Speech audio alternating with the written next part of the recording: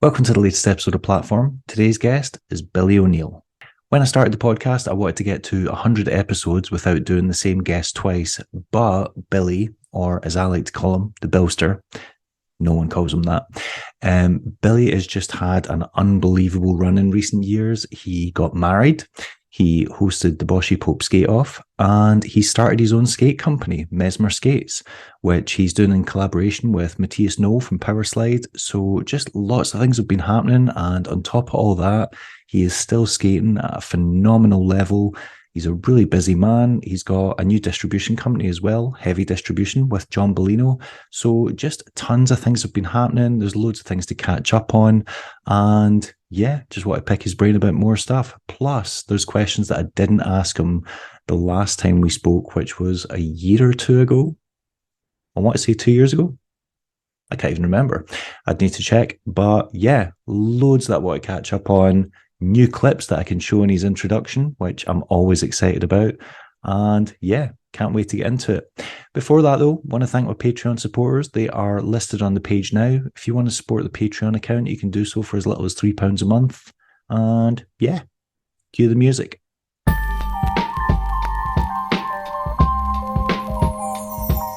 platform. The platform. The platform.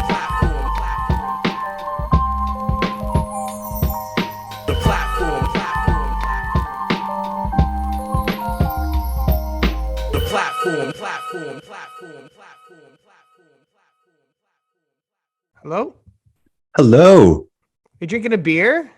It's Wednesday night. It's been a rough week. So Hey. for the first time ever on Platform, as long as I don't get inebriated and start flirting with you and take my top off, I figure we're all right. So Hey, man. cheers.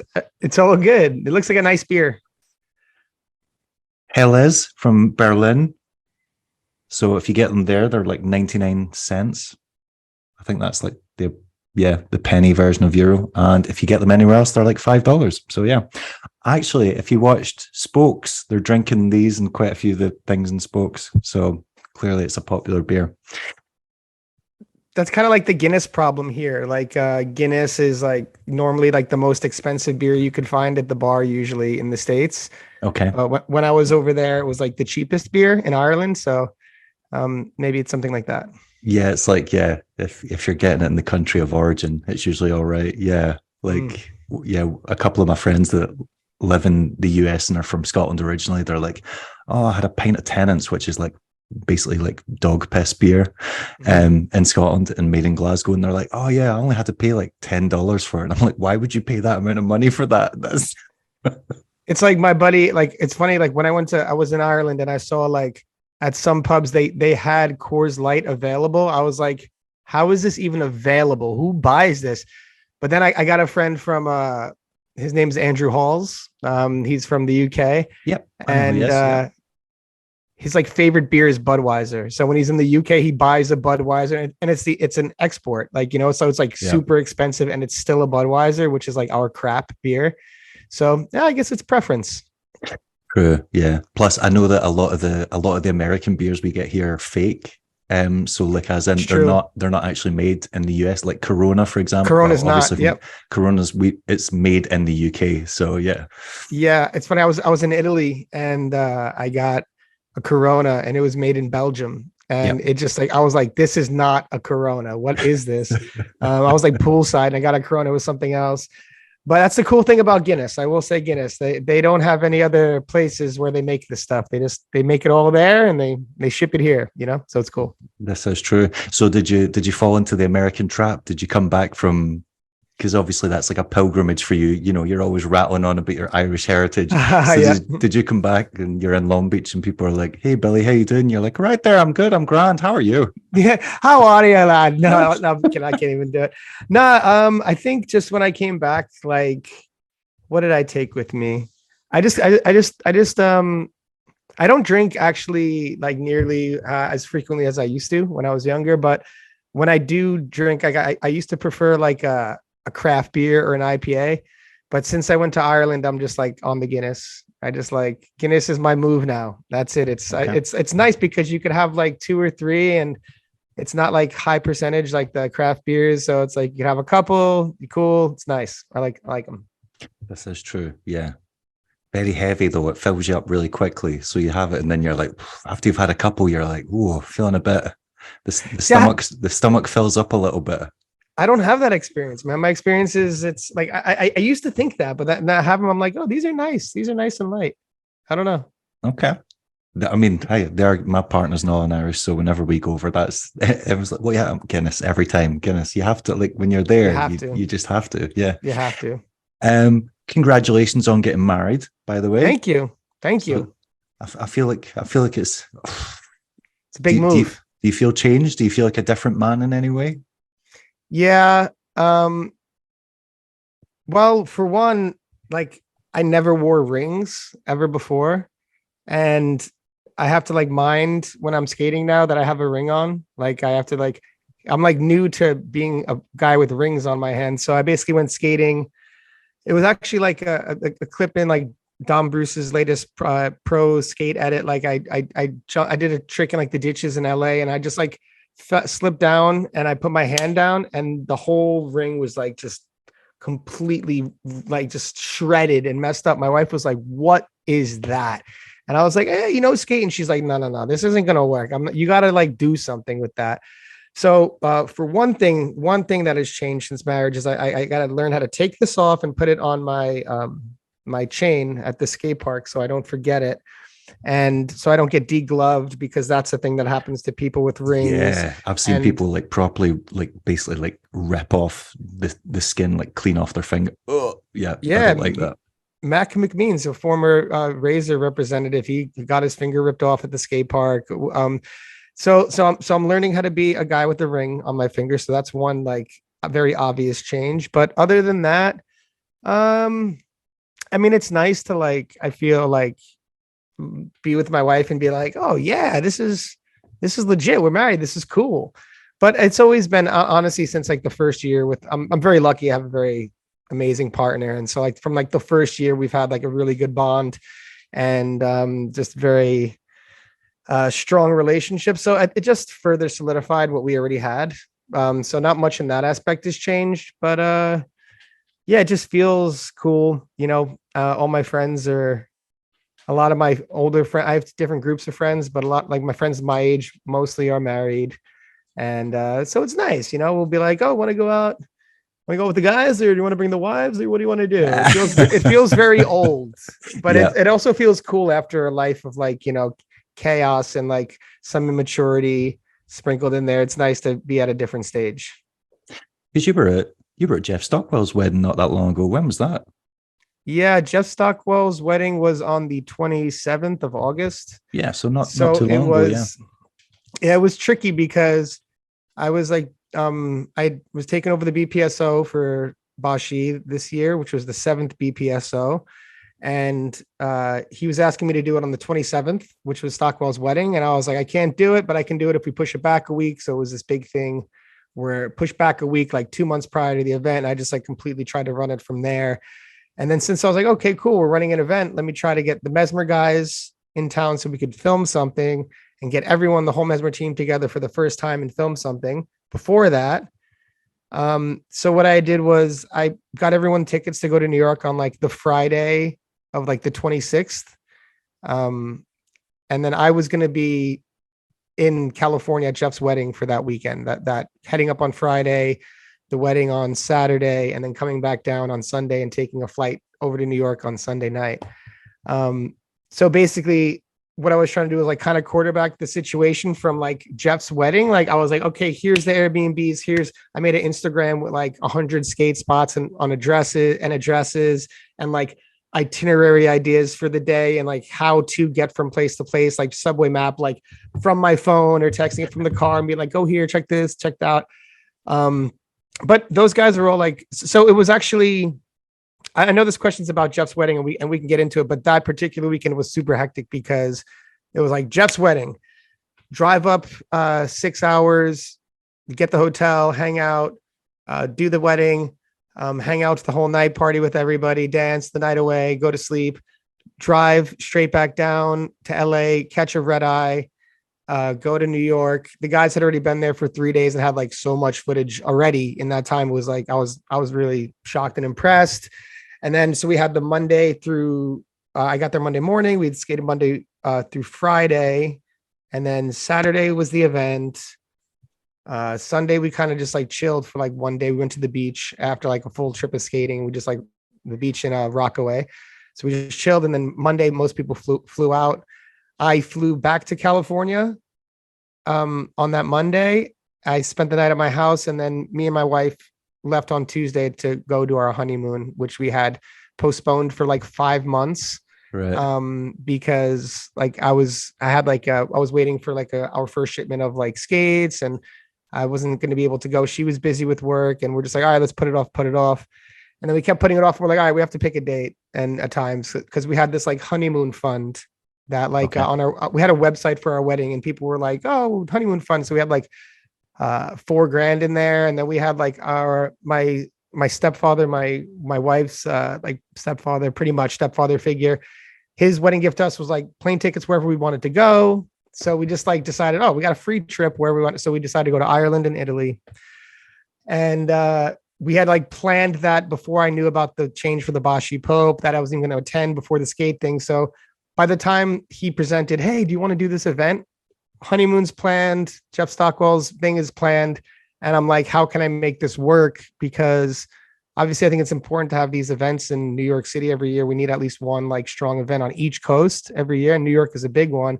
And I was like, like if I don't do it, it's not going to be done. And or it will be done, and it'll be done bad. So it was hectic figuring. That was a very busy time.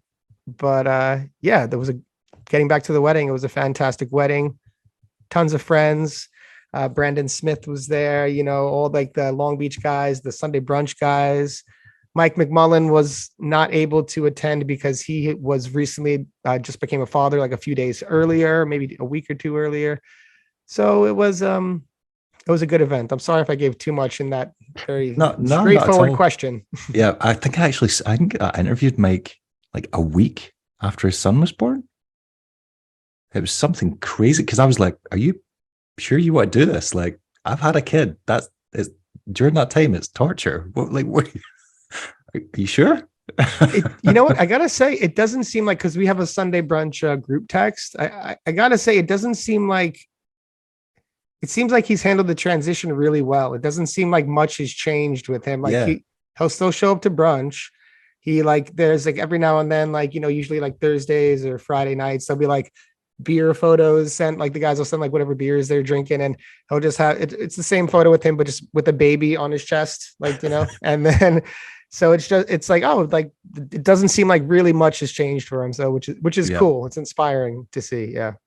When they are that small, that is one of the advantages. The amount of times I took my daughter to the pub, because you just put her in the sling and you put your jacket over it, and people either don't notice or they just think it's cute. They're like, oh, dad's brought his daughter to the bar, and you're like, yeah, but I'm probably going to get a little bit tipsy, let's be honest. But yeah, it's adorable. Yeah, cool.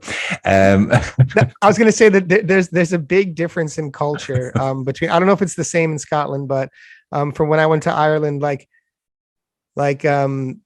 there were kids in pubs when we were there, like random different ages. And I remember seeing a sign on the pub. I hope I get it right. It said, we don't mind kids as long as you mind your kids, or something like that. Like just basically like, don't let them be bought like a pain. Yeah. And, at the time there was just two guys hanging out, like, it looked like some blue collar guys having a couple beers, and the son was like there, 8, just on his phone, like doing whatever. And I was like, look at that. Like if this was in America, it would be like a Dateline story. There would be like pub exposes minor to, like, because everything in America is such shock value, especially with like the news. But it's like, it'd be like minors in pubs being treated, like it would be like such a sensationalist story. Like, I don't know, like it was just very casual over there, which is, I think that's okay. It's a public house at the end of the day, Yeah. So. Well, the caveat is the pub has to serve food. Right. So it can be considered like a kind of restaurant, and they're only allowed in until 7:30. Okay. So see, that's cool. So after 7:30, limits make sense. Yeah. Cool. But yeah, it's something that you can definitely take a liberty with. So why couldn't Boschi do the comp? I think he has Yeah, I guess it's not a shock to many that Boschi has had some trouble with the law, and I think he had just done something to violate his parole, and that he wasn't allowed to leave the state.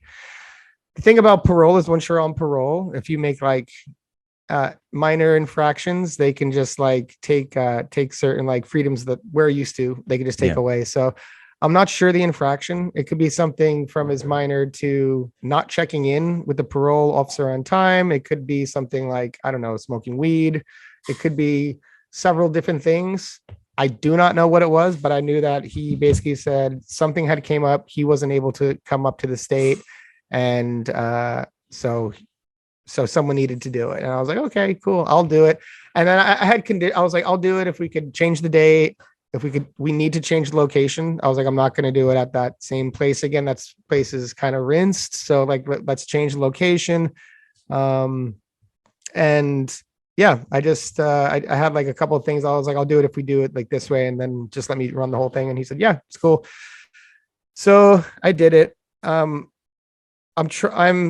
focused on doing something next year that I like, something closer to what I used to do. Okay, like the events in NYC Street Invite, yeah. which I don't know if many people who might be watching this would know, because the events were from 2012 to 2014. And we have a lot of new skaters, and it's about to be 2023. It's almost like it's like 10 years ago. I think you're forgetting that the majority of my viewers, and I'm willing to bet Jump Street, are between 25 and 35. They'll remember NYC Street Invite. I guarantee you. Well, we can be hopeful, right? And hope we got some younger viewers. But it's also, it's another funny thing about that. I was looking, I was like, oh, like I want to see like the old events I used to do. Like they're like not on YouTube. You can't find them, like on Vimeo, like buried away. They're like really hard to find. So, okay. I get it's not like something that would be like in your face in the algorithm if you were new to skating, hypothetically, I don't think. But it was basically an event. Those who know remember, those who don't, it was just like an event where we had it in a high foot traffic location in Williamsburg, Brooklyn, and it was in a parking lot where there was nothing there prior, and we built every obstacle from launches over a Cadillac, grinds into a dumpster that led to like a rhythm section, to like a wall ride on the side of 24-foot box truck, and we had a Jeep one year and a Gap, all this like a piano, people grinding pianos there. We had Jersey barriers drop there. We had like all this really fun stuff that we were able to bring. So yeah, I'm wanting to do something next year in that exact same location. I think I'm going to change the format up a little bit. Mine was an invitational. The purpose behind that is to like kind of limit the messiness of what a comp can be. Like, do you know what I mean? You got like 100-something people, like, and you have yes, it's an absolute horror story to organize. Yeah. Right. And it's like, it's not a skate park. It's a location you have only for a certain amount of time. So you need to be efficient with the space. And I think a lot of the times, and I might get some pushback on saying this, but it's just what I think. I think a lot of the times the competitions that we make are really accommodating for the participants and not really maximized as it can be for making it the most entertaining possible event for the people that are viewing. So so I'll give an example, and I hate to use these comparisons, but it's such an obvious comparison, like, skateboarding and rollerblading. So there was an event in Long Beach called the Hell Bomb. It's I saw that. Yeah. Okay. So it's this downhill course where they make like an obstacle, and it's kind of tough to skate, and they just like, go ahead, push your way in and try to get at it. And like, you know what I mean? And they keep on making, and then people just rinse the obstacle, and then they take the obstacle away and they put in a new obstacle, and they do this like 4 or 5 different times. And just like the energy and like, this is like a really crowd pleasing event. It's not accommodating for like, hey, did everyone get their turn? Did you hold on, clear the way, let him get his try. Like, do you know what I mean? It's not that. It's like, it's for the crowd, high energy. Like, let's see something. And the guy on the mic, he's like, if you're not going to hit this obstacle, go home, which is like, okay, I'm not saying we bring that energy to it, but I just saw like the value in, oh, we were like in the crowd, like laughing and having fun. I was like, this is hilarious. This is fun. This is cool. And I had already been for a while, even before taking over the BPSO this year, I've been thinking about reintroducing another event in New York. You know, I think you need at least one or multiple events in New York. It's a huge city and it's like a big scene, like a lot of skaters. So I don't know. I was just now I'm just thinking I want to do what I had done with the obstacles, but I don't like the heat formats for this particular event I want to do. Like, you know what I mean? Heat 1, Yeah. Joe, and all right, and Mike and Peter. Okay, did everyone get their turns? Like, you know what I mean? It's just like that's not really for someone watching, a passerby, someone who doesn't skate. I don't see that as engaging, right? Like, you know, so like I think for this event that I'm starting to work on now, I got a few people. I got Alex Ryerson from the Bodega Boys helping me. Ariel Saroon is going to be helping me. Ray Mendez, of course, is the connection to the mayor's office and the permits in the city, which is like great because he's been doing events with Harold Hunter Foundation for 10 years. And it's really great to have him working with the events too. Brian Hakeem from Creator, always helpful. So I'm trying to do some kind of hybrid of what was the invite that I had done years ago. And I'm not saying the hell bomb, but I like the focal point being one obstacle at a time. Because even like at the BPSO that we had this year, we had a huge course, was an open skate. Like as a judge, you're like, yeah, what's happening? And then like, if you just have like, boom, we're taking it to this obstacle. Cool. Like you have like 4 to 6 obstacles and then you just make each obstacle like the thing. And then everyone just kind of has at it. And you could divide it into heats, you know, if I'm not against that, but I just think it should be like one thing at a time. So everyone has one place to look and it draws a lot of attention and energy to the thing. And you know what?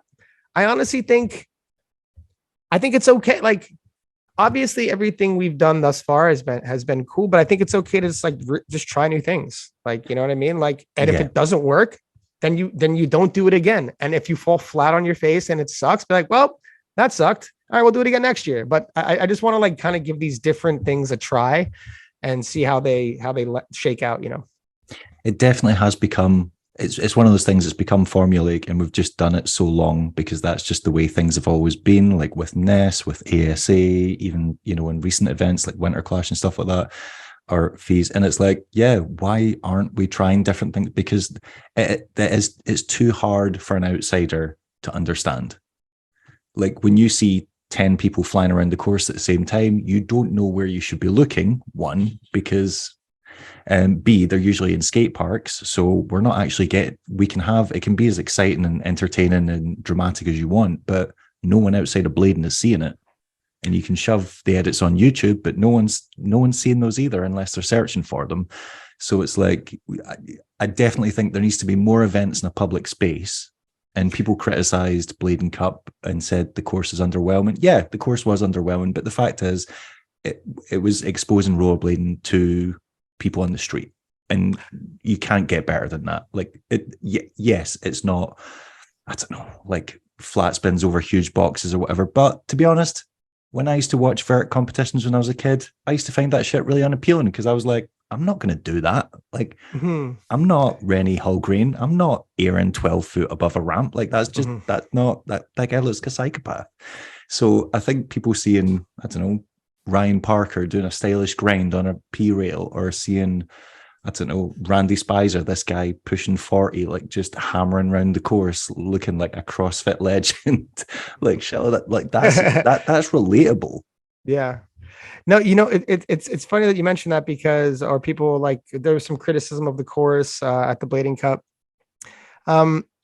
When I finally was able to, because I was trying to find some stuff from the New York City Invitational, and Robbie was like, oh, here, he found some on Vimeo and he sent it to me. And I was like, oh, and I was watching the first one and I was like, oh, this actually kind of reminds me of the Blading Cup. Not saying that, but I remember when we first built the course, we spent all night like building the course. And then I was like exhausted. I was tired.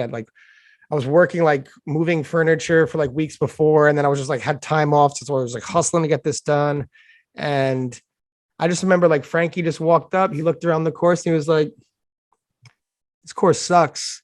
So like I know what like because I was looking like, and I'm not saying like the course that we made or the Blading Cup course sucks, but like I know what like people think of like a contest course. Yeah. And I think we have like, you know, a ledge to hit, a launch to like whatever rail. There was like a P rail there. Like, and then like as the event got to different levels, there were like more things. But like, yeah, like, okay. So one, Colin had a point where he was talking, we had him on the podcast recently, and he was talking about like, there are all like these different aspects of skating. Some like those big ramps and flat spins can highlight one aspect of skating, but having it on this course gives other people an opportunity to show some other highlights of skating that you don't often get to see when the highlights are those really big spins, those really big tricks. So I think it is more pitched toward like your not outside person, right? It's more for like your skater. And that's the thing, like, that's why I was talking about for this event being the one that I'm trying to do, be more like a, like pleasing to the outside eye, because like, if we had like, you know, 5 events and they were all like the one I'm describing, then I would probably describe something like we need something like a Blading Cup, right? Like, you know what I mean? Like where we can have like that core skater thing that's for us and for our culture and our community and that kind of celebration. And that makes a space for like people who want to participate, whether they be newcomers or OGs or like, you know, like current people or legends like Randy, OGs like we were talking about. But yeah, so I think each thing plays a part, and like it's each one is valuable. Like, you know, that's I don't know. That's the thing about skating. There's so many like these like opinions within, like, do you know what I mean? Like maybe some like skaters can look at like Winter Clash and be like, oh, that's huge ramp spinning, man. Like that's flipping all over the place. Not my thing, bro. And then, you know, you could look at the Blading Cup kind of thing and be like, what is this little stuff? Like what are you tinker tappering around on? But it's, you know, it's all valuable. And the more we can accommodate to like, not only the skaters, but like the outside eye, I think, you know, I don't know. We've been focused on like the outside eye for a while, but I don't even know if like my comp is about the outside eye, but I'm just wanting it to be a fun event to attend. Now, I don't know if I brought this question around to me and we were supposed to talk about the Blading Cup kind of openly, but I somehow circled it back to me. I wasn't trying to be, sorry.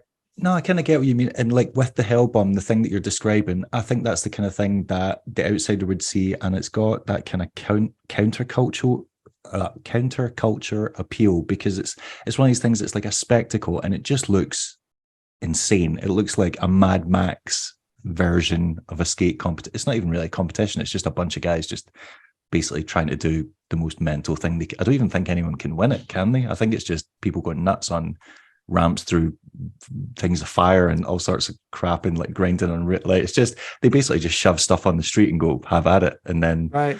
Yeah, because John Bolino was saying he was at it, and I remember, I think it was last year, whatever, they didn't have permits for it, and then this year they had permits for it, but they still managed to just totally like overstep the mark in that regard as well. But the police were like, well, there's a massive mob of people here, so there's not really anything we can do about it. Yeah. Just let them go for it. Like stuff like that is important. And I think, like you said, like people are always going to complain, saying, you know, they get Winter Clash and they're like, oh well, you know, people that I consider great rollerbladers never win this. It's always just competition skaters. Or then you have Blading Cup and they go, well, this isn't even really a challenging course, yada yada. I think whatever you're doing, you should just try and create rollerblading in what you want to see. So for example, if you're doing an event, all you can do is be true to yourself and go, this is what I would like if I was a spectator or if I was a participant, and just go that way. It's like when people make skate videos and someone goes, oh, I like the skating, but the music fucking sucked. And you're like, well, to that filmer, that's the music they always wanted to hear in a video, so they put it in their own video. And if you don't like it, tough shit, make your own video. Yeah. So no, I agree. I just find it really funny when people like come out with stuff like that and say, oh, I didn't like this. And you're like, I've organized an event. It sucked, but you can organize your own event if you're not seeing it in your own culture, create it. Yeah. And I think just by us being human, everyone has like a critic in them, you know what I mean? Especially when it comes to the things we're passionate about.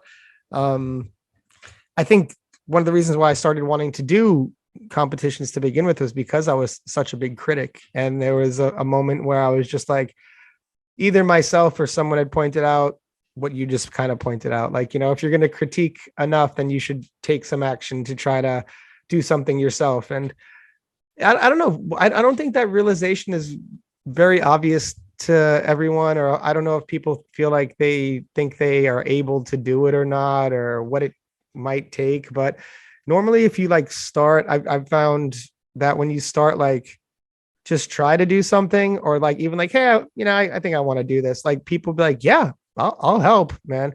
And then you're like, oh, cool. And you just like start kind of, and then next thing you know, it's like a thing. You know what I mean? It's like it's happened a few times. Like, we're just like, it happened with the podcast, it happened with our podcast. It's happened with Mesmer. It's happened with like the competition we threw like 3 years in a row. And it's just like, yeah, we should, all right. And someone's like, I get up. And then it's funny when you want to do something positive, the amount of people that are willing to step up and help you with it or participate in it, you'd be surprised. So yeah, I think I would encourage people to, if they are feeling critical, which is good. It's good to be critical. It means you care about something.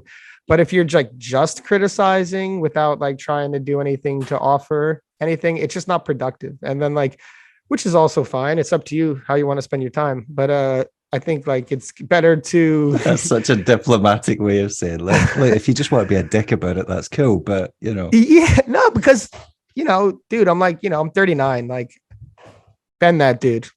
You know what I mean? So like I don't want to like, shit on my former self too hard. Like, you know what I mean? Because I can relate. I've been that dude, criticize. I've been that dude. And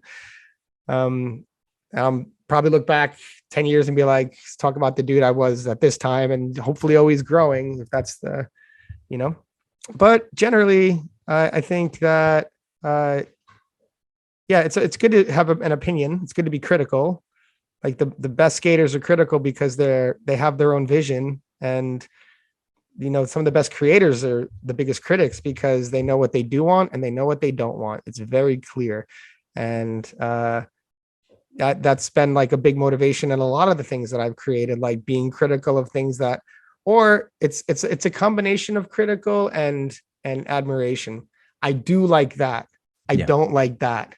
I'm not going to do that. I am going to do that, So I think you could find that in all these different things. I don't know if that's a proper answer, but I think it is. Yeah. Like you can't execute your vision unless you know what you want. And as a result of knowing what you want, you know what you find appealing and what disgusts you. And unfortunately, like if you're really passionate about something, like, I mean, we've been involved in this for the better part of 3 decades, you're going to have strong opinions on it. And some of those opinions are going to upset people, but tough shit. Exactly. And, it's, the thing about opinions is it's up to you. If you have so many different ways to express them, you know what I mean? If you don't like something, you could spend your time saying that you don't like it. You know what I mean? Or you could spend your time doing something that is something positive that pretty much says that you like this better. Like, do you know what I mean? It's not that like, that's like, I'm just going to do this and I like this better. Like, do you know what I mean? And that's it. Like, you know what I mean? Or you could do, I don't know. I also feel like maybe I'm lucky to be in a position that I am as a skater. That's kind of like in our niche worlds that, is like kind of is well known in our little niche, because maybe I'm taking for granted how like the support that I get for that reason. Like, do you know what I mean? Like, in wanting to do things. Yeah. Yeah. You did exactly. Like that's impossible to ignore. Of course, like when you put your name on it, people are going to be like, oh, well, he's behind it. So, and I support him, or I've been a fan of him for years. So of course they're going to get on board. Like fame is all relative. Like people who are mainstream fame, yes, a lot, but the same rules apply in our small little weird ecosystem. Like people still jump on board and go, "Oh God, it's Billy O'Neill." It's like, like pro skater Billy O'Neill or Jump Street Billy O'Neill, and they're gonna want to do what they can to help you realize your vision. That's true. But I don't think that's the only way forward. And like I'll say that because like we got the last Bitter Cold coming up that Daniel Kinney's throwing. When Bitter Cold started, no one knew Daniel Kinney at all. Like, and he just was some kid from the Midwest who threw like a really tiny event in Indiana that people seemed to enjoy when there weren't too many events in the winter. And then it just snowballed and became like, all the best skaters. I was looking at like the highlights of Bitter Cold stuff. I was like, wow, man, like Haffey, Aragon, like Shima, like, you know what I mean? Like China for when she was like a little, like everyone the French guys flew from France to like Michigan. Like there's no reason to go to Michigan if you're living in France. I just think if you're coming from Europe, you think New York, you think LA, you think Chicago. You're not going to Grand Rapids, Michigan in like the skate park in the middle of nowhere, but people were coming from all over the world to, Soichiro, the list goes on. But the reason why he had such good reception is because the vision and the quality of the event and the ever growing quality of the event year after year, and it becoming a staple. We have a really supportive community. There are some friends that kind of have been intermingling lately with our groups who are skateboarders, sponsored skateboarders. And I think it's a combination of like the roller skating thing in Long Beach, because the roller skaters kind of interact with the skateboarders a lot and them interacting with us. And now we all interact at the skate parks to some degree. But from what I hear from some individuals in skateboarding, not all, not speaking for everyone, but it's very fractured of a community. Like it's very pieces. And if you try to, you're not like, we have a community that's very like, it's kind of one bit right now. And it tends to be very like supportive of a community. Again, this is my experience from being Billy, a guy who's had a name in our niche worlds through videos and sections and these kind of things for some time. But I also see some other people who aren't those. I don't know. I could be wrong. It's my biased view, but I think we have a pretty supportive community that if you do decide to create something, whether it be a Friday night skate, a Monday skate, a local event at the skate park, that people will pitch in, I don't know. It could be wrong. That's what I think. Possibly. Also, the fractured element of skateboarding comes from the fact that it's significantly bigger. So it's really hard to maintain that kind of cohesive, small community atmosphere when you've got so many participants. Mm-hmm. And there's a lot of kind of major players involved in it as well. And that kind of complicates it too, because you've got these people living. I feel like pro rollerbladers live pretty much the same kind of life as any other rollerblader, whereas elite level pro skateboarders live in a completely different universe. Correct. Like pro rollerbladers might be living a much more difficult life. Actually, what I was going to, I take that back. I know a significant amount of pro skaters to know that most of my friends that just have normal 9-to-5 jobs earn more money than they do. So yeah, like and if anything, that brings it even closer together, because you're aware that they're not balling out. They're not living this life of luxury. They're pretty much just trying to live out their dream at the expense of financial security. Yeah. There's several things that come into expense, and I like to think that, well, I don't know. I'm sure everyone has a different goal, but I think anyone who's been involved on the back end of rollerblading for over a decade or for a long time probably is doing it off of a hope, a belief, a faith that what they see and how they view rollerblading is not the way the world currently sees it, but They want the world to see it how they see it. Yeah. And so it's like we see two different things, like, or at least two. There's several different things. When we see rollerblading, it feels a certain way to us. When maybe from training or maybe from whatever, but they just don't see what we see at the moment. I push forward trying to promote our thing because, yeah, I feel like we're like kind of like on a mission. Everyone's just on a mission. So it's not about like, it is at the expense of many things, like, financial security, these other things.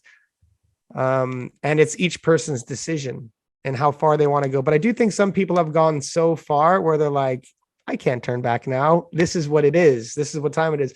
I mean, I think we've talked about it before. I said like a captain goes down with his ship. Like, do you know what I mean? Well, it's like, yeah. Plus, if you, unless you become jaded on it or you lose the love for it, if you still love it, you're going to let it ruin you. You're just going to keep pushing ahead. Yeah, exactly. And we had Matthew Ledoux on the podcast just recently, and I hate to keep making podcast references, but I learned a lot from these guys. And Matthew was saying that geez, I completely blanked out on it. I was just overthinking. I've only got 20 minutes into that episode, so I can't help you out. I got up to the bit where he started talking about rollerball, and then I had to go back to work. So I don't know what you're referencing. You know what? Dang it! All right, we'll come back to it. But I completely forgot the train of thought I was on. But yeah, we'll come back to it. I'm sorry. Talking about the New York trip, so obviously I spoke to Martin Danning just before he went out, and he said that you guys had learned your mistake from Blading Cup because you started your trip after Blading Cup, and everyone basically ruined themselves at Blading Cup, including Martin. And he was like, yeah, you're not getting the best footage out of me on this tour. He's like, because I'm basically broken. And he's like, we did this the other way around. We did the tour first, or like the filming mission first before the event. So, and it sounds like that it went a lot better. Yeah, I think that's the fun thing. Mesmer is really fun right now because even though like I'm in like an older figure in like the game, like who's been on like more tours and these things longer than some of these other guys who are more new to it, or it's their first tours, or maybe some been on for a while, but some it's their newer to it, is that yeah, I just have like the experience that is new. It's a new experience to me. So like it's new for them in the skating aspect. It's new to me on the running aspect. So we're kind of figuring it out as we go along together. Like I'm like, oh, okay, cool. We'll book a tour. We'll do Blading Cup. We'll book a tour after. So everyone's skating really hard at Blading Cup. Like Jimmy split his shin open. Dom got hurt on the high jump. Martin got hurt. And it's like, oh, great. Now we got to go on a tour with like half the guys injured. You know what? We learned. Okay. We learned because, we learn as we go. Next time we're going to do a tour and then we're going to do the event. Great. Perfect. So we basically the guys skated from Friday to Friday every single day before the Boschi Pope Skate Off. And then when it came time to the event, I was like, you guys want to skate? Everyone's like, nah. I'm dead. I'm finished. I was like, okay, so no one's skating. And like Mark skated, he did good and he got to the finals, but everyone else was like just spent and finished. And it was funny because I was talking to my partner, Matthias, and we were like, he was like, looks like you had a great event. I saw them skates 1, 2, and 3. I was like, yep, I'm sorry. I killed the guys. I absolutely murdered the dudes.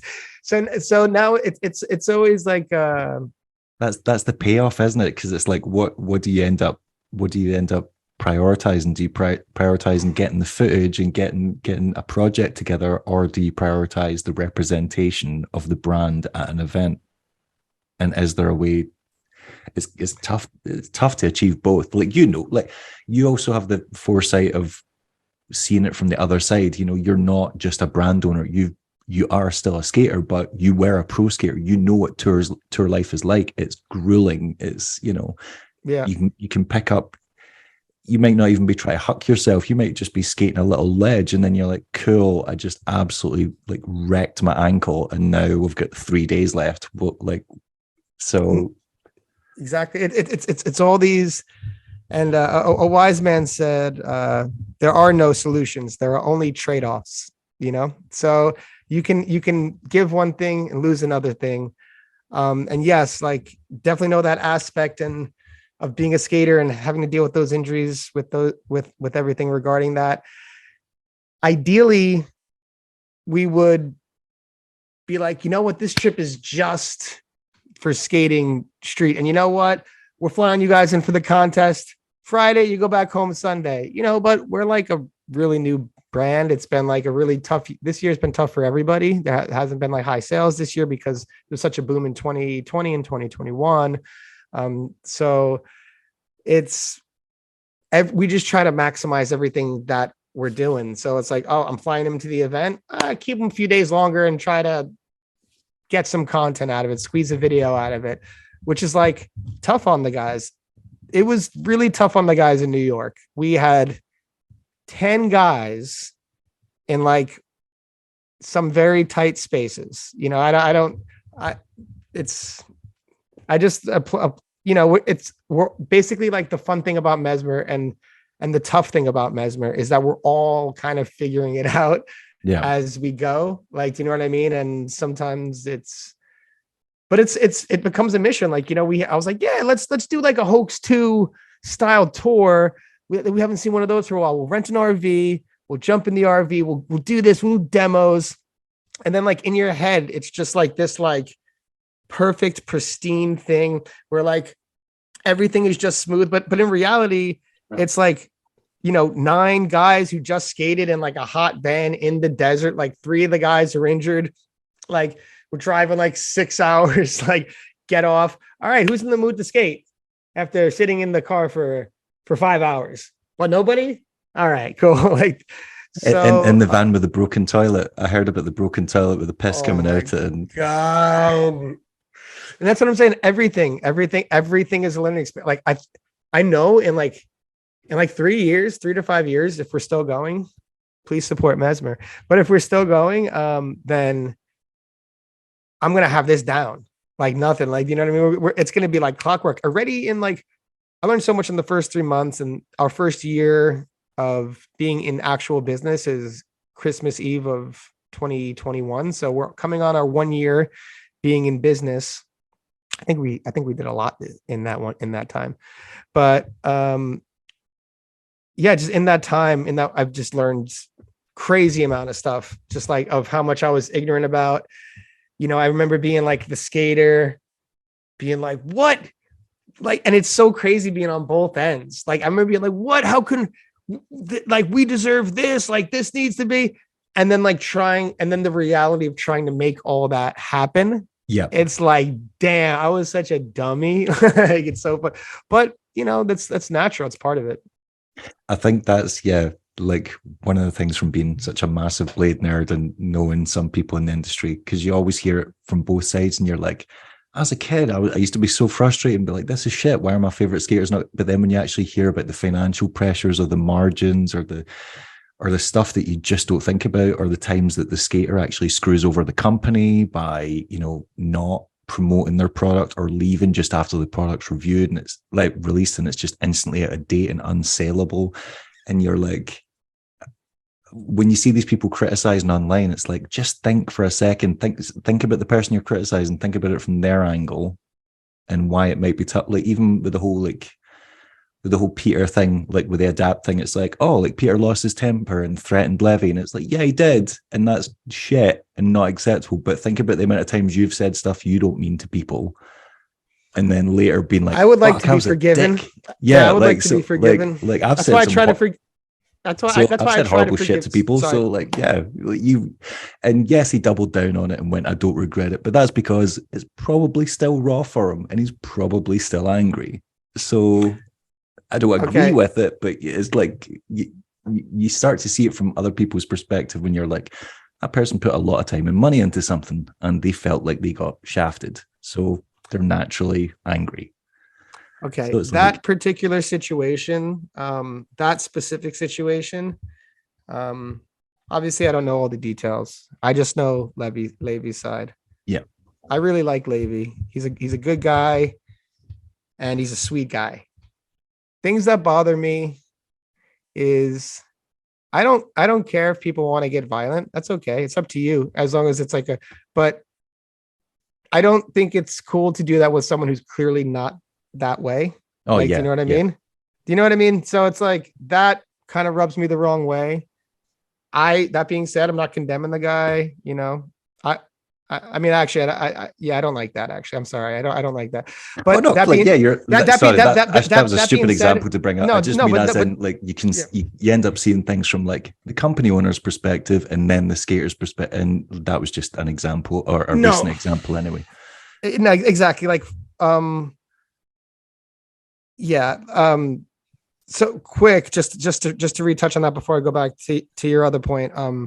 That being said, I'm a person who's I think I've gotten better, but I've been known to have a bit of a temper at some point in my younger days. You know, I'm ultimately I'm like a street guy from New York who's like been like gotten to be a better person. But I like so I'm familiar with all of that kind of energy and stuff like that. And I want to be forgiven if I do something. So I try to be forgiving if someone is apologetic and you know if they're sincere. So I completely can relate to. So if you're sorry, I think we should do our best to forgive people if they're sorry. Whatever. I don't know. I don't even know why I'm talking about that. But in regard to the company, yeah, you know, there like I won't get into specifics, but you know, like before I got into like I was like, we're doing $30 royalties, we're doing monthlies, but we're starting monthlies on this date. And you just have an idea of how things are going to be. And then in business, they never are. And it's something you have just such a skew. You just think when you're like on the other end, things just work out. In business, it's never that way. It's always about adaptability. It's always about flexibility. They're not getting things done on time, communication, and you just having to constantly adjust to whatever is happening. And in that, like, you know, there's some of the things that if you come at it from like that idealistic way, which I came from, I'm a skater that's trying to deliver to skaters. And it's like, we're doing this, we're doing that. By the way, we do all that. But I was like, yo, we're doing monthlies in December. That's when we're starting monthlies. I didn't even get the lion's share of skates till April.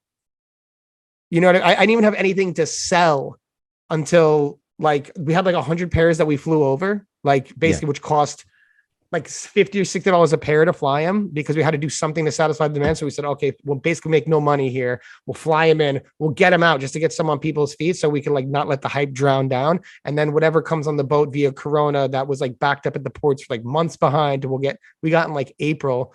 And some team riders were like, it was like January, February. They're like, hey, you know, you said you start paying and, you know, you said you start paying and like, so there's me trying to live up to the things that I'm saying from a place of ignorance, but also standing on my word. And then there's the reality of, so, you know, I think one of the things that I learned is like, you learn not to commit yourself to certain things when you don't know, when you're not in control of them, you know what I mean? And it's like, when you just think things are going to work out great and they're not. So it's like, okay, well, this is how it's going to be. And that's like a huge thing of learning. And, you know, I was like, all right, cool. We don't have the things, but we'll start paying you guys in February. Boom. So we just started before we had anything to sell, anything. We're just, all right, cool. Start paying the guys because we said we would. Great. Let's do it. And then, you know, kind of hit the ground like running like that. So like, yeah, it's the reality often of how we perceive things versus what the reality of the situation is often inaccurate. It's a good analogy for life, you know. Don't be too sure. Yeah.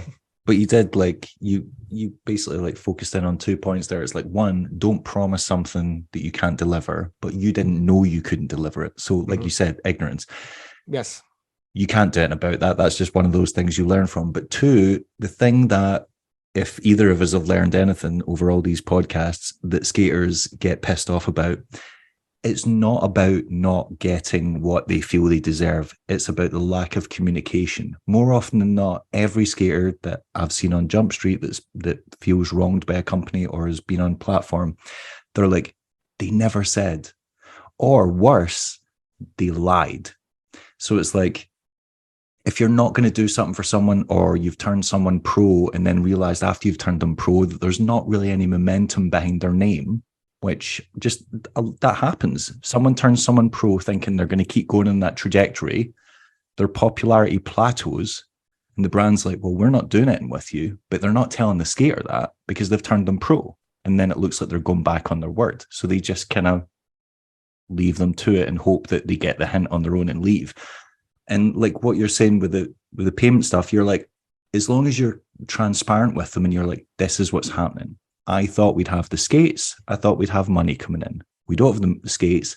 When we do, or be like, it turns out the margins weren't as much. As long as the skater, I feel like, knows what's going on and they don't feel as if they're being misled or worse, lied to, then that's the most they can ask for. You know, Mesmer's not a huge company. It's a DIY startup. Yes, you've got help from Matthias with Powerslide, but the fact is, half of the financial burden lies with you, and they have to realize that you're not made of money.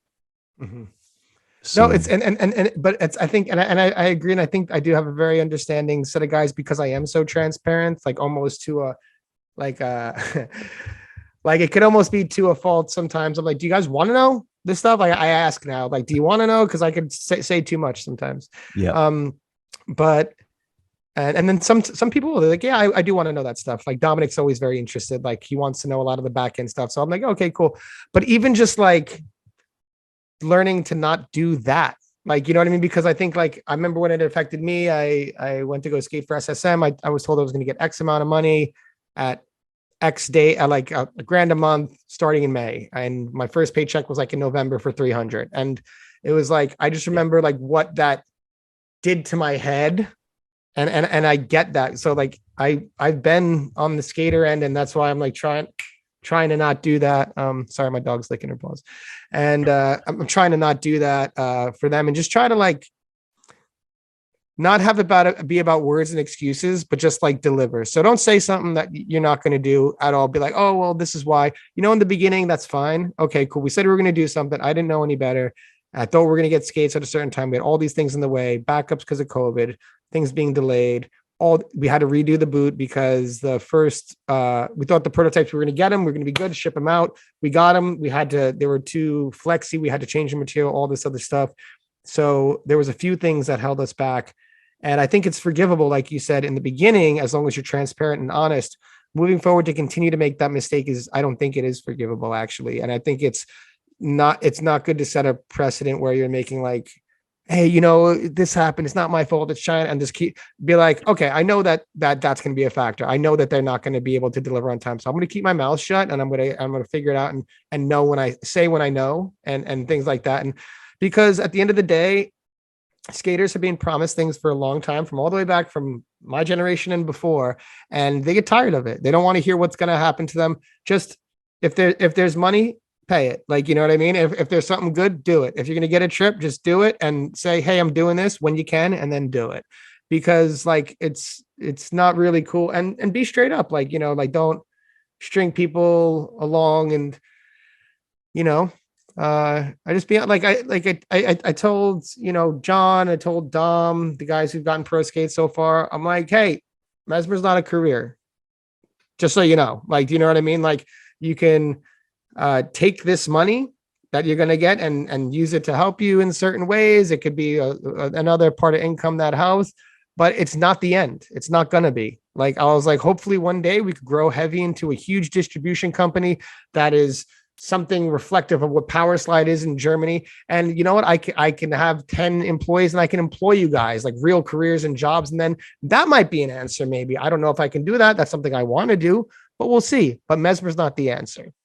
It's not like it could just be something along the way that could be a vehicle to help you get you where you want to go. You get $30 a pro skate, we get 1,000 skates, and we get enough sales. Hey, you turn around, you make $30,000. It could go to schooling, it could go to a car, it could go to, you live in the right part of the country, it can go to, and you got good credit, it could go to a down payment on a house. Like, it could be something that's useful, but it's not the end game. And that's as rollerblading currently stands today. Do I wish that like bladers made salaries of like some of the top end pro skateboarders? Of course I do. Do I think that that's something that's possible in the future? I wouldn't be standing here doing this if I didn't think that.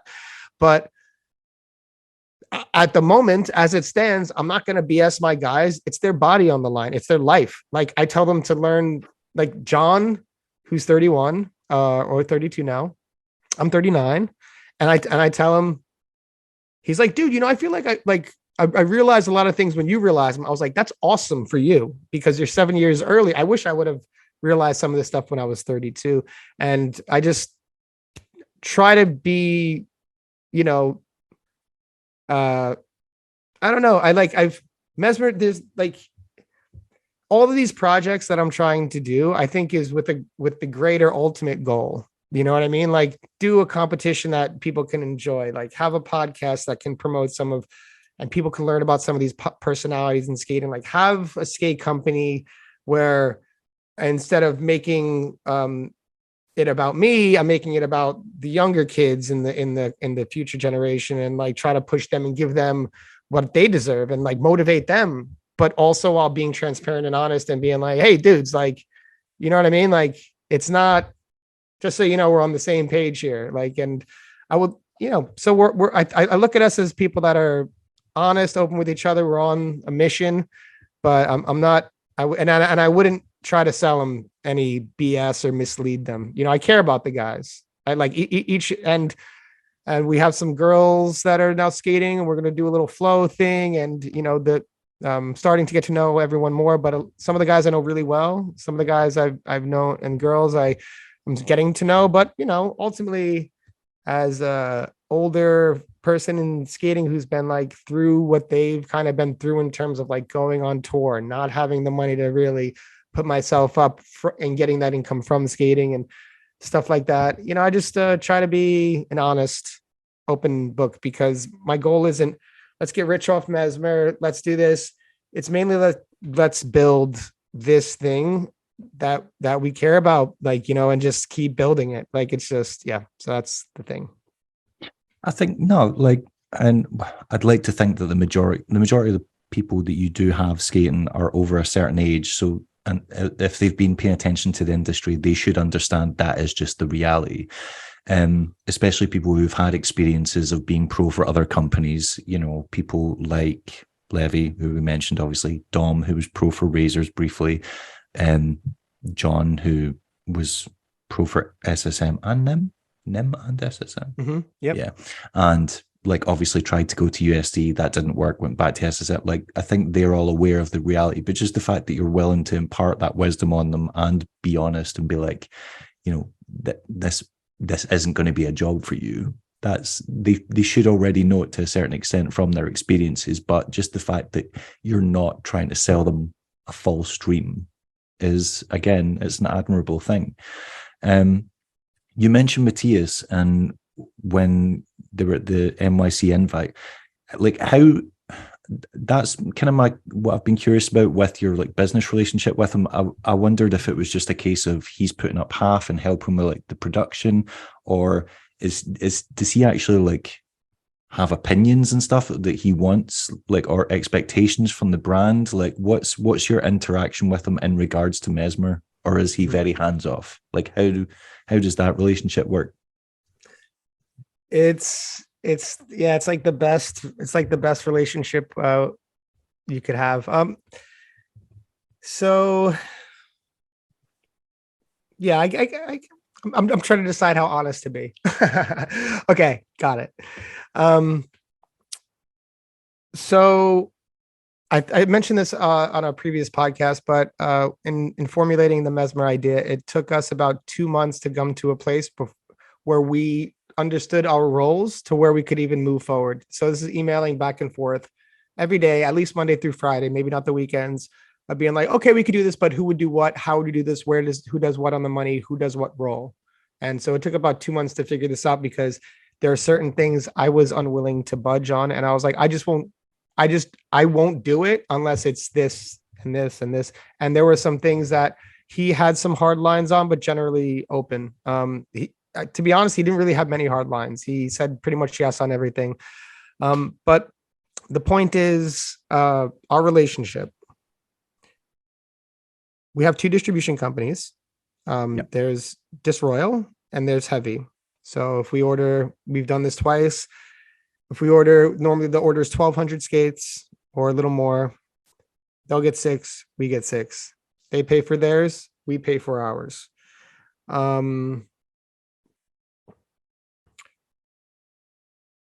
In terms of, so he provides the relationship with the manufacturer, which he's had for 25 years. And so, which brings all kinds of benefits, priority in terms of dealing with high quality stuff. If you think you're going to go to these manufacturing companies in Shenzhen and just be like, hi, I'm this guy with X amount of money, and you think you're going to get treated with respect without having any relationship, you're mistaken. You're going to get hazed. You're not going to get high quality stuff. You're going to get put to the bottom of the list. You're not a priority. So he brings that value of that relationship. In terms of what we do with Mesmer, who we sponsor, the shirts we make, the trips we take, it's me, Mark, and John and myself decide that. And we decide it with the team. And what normally happens is, like, I'll bring the New York trip, for example. Okay. So I booked the New York trip, flights, everyone on the team came, all 9. So everyone came, 5 guys from Europe, 4 from the States. I booked everyone's tickets. I booked the Airbnbs before I even told Matthias about it. And then I booked it, did everything. I told him about it. Hey, I just did this. We're doing this around the trip in New York. Would you want to split costs with me on this, since it's mutually, because we have a thing where we split costs on like a lot of these like trips, because obviously like we're 50-50 on Mesmer. Yeah. So if a trip costs 10 grand, we'll go 5 grand each, something like that. So I'm like, hey, I booked the tickets. I did this. I know we should have, like, because other ones I've spoken to him beforehand, but it was like a busy time, Jeff's wedding and all this stuff and these things coming up and honeymoon. And I was like swamped at that time. I was working on another job as well. So I just said, I'll book it. I'll tell him later. Booked it. Told him later, hey, I did the X, Y, and Z. Are you willing to split the trip? He's like, oh yeah, cool. Great. Yeah, that's fine. I'll split the trip with you. No problem. The shirts we make, I'm like, these are our shirts. This is our stuff. We're sponsoring these people. We're doing a flow team, which we're going to start. We're going to start announcing a flow team soon. And he's just like, yeah, he hasn't. And that was kind of like one of the beginning things of our relationship. It was like, this is what we do. So like in this regard, this is what, like, we really drew lines around the roles. Yeah. Yeah. With Mesmer, everything you see from Mesmer is the team, John,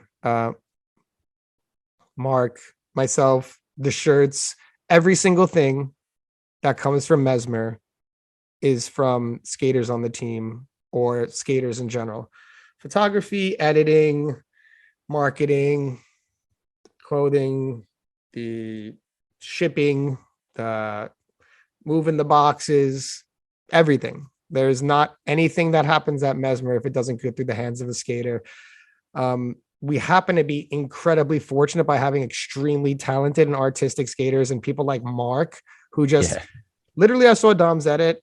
I'm not, cause like, I let them do it. I'm like, Mark's like, yeah, we got this. Like, great, cool. Like, cause Mark's like was our first employee. And as far as I'm concerned, he's a partner at Mesmer, and Heavy. So we just haven't figured that out yet. But as far as I'm concerned, and we're honoring that. But, when Mark, he was like, oh, we're taking care of it with Mark and Dom. And I was like, okay, great. And then when I saw the edit, I was, as always, I'm always impressed by Dom, but I was like, Mark, like, what the hell, dude, this is so good. Like the quality of what he was bringing, like just the time, you could see the little knickknacks and moments he spent on like the little things. And we just happen to be, and I don't the foolproof thing that's really lucky is like even if I have an idea, every now and then I'll have an idea and I'll run it through the team, and that's the test right there. They're like, yeah or no, and they know, they're 21 and 24 and 29 and 30, and you know what I mean, like, and I'm about to be 40, so I'm like, you got what? I don't know what's cool. I don't know. You guys tell me what's cool. I don't know. But so it seems to be like a good, like, foolproof system in that. But it's weird. Like, I think a lot of people don't really understand still what Mesmer is like, or who does what. I don't know how they see it. Like, I even had Colin on the podcast recently, and then after the podcast we chat, because he drove up from Philly. So we just chilled and chat for like a couple hours, like 2-3 hours, just chit chatting, catching up as friends.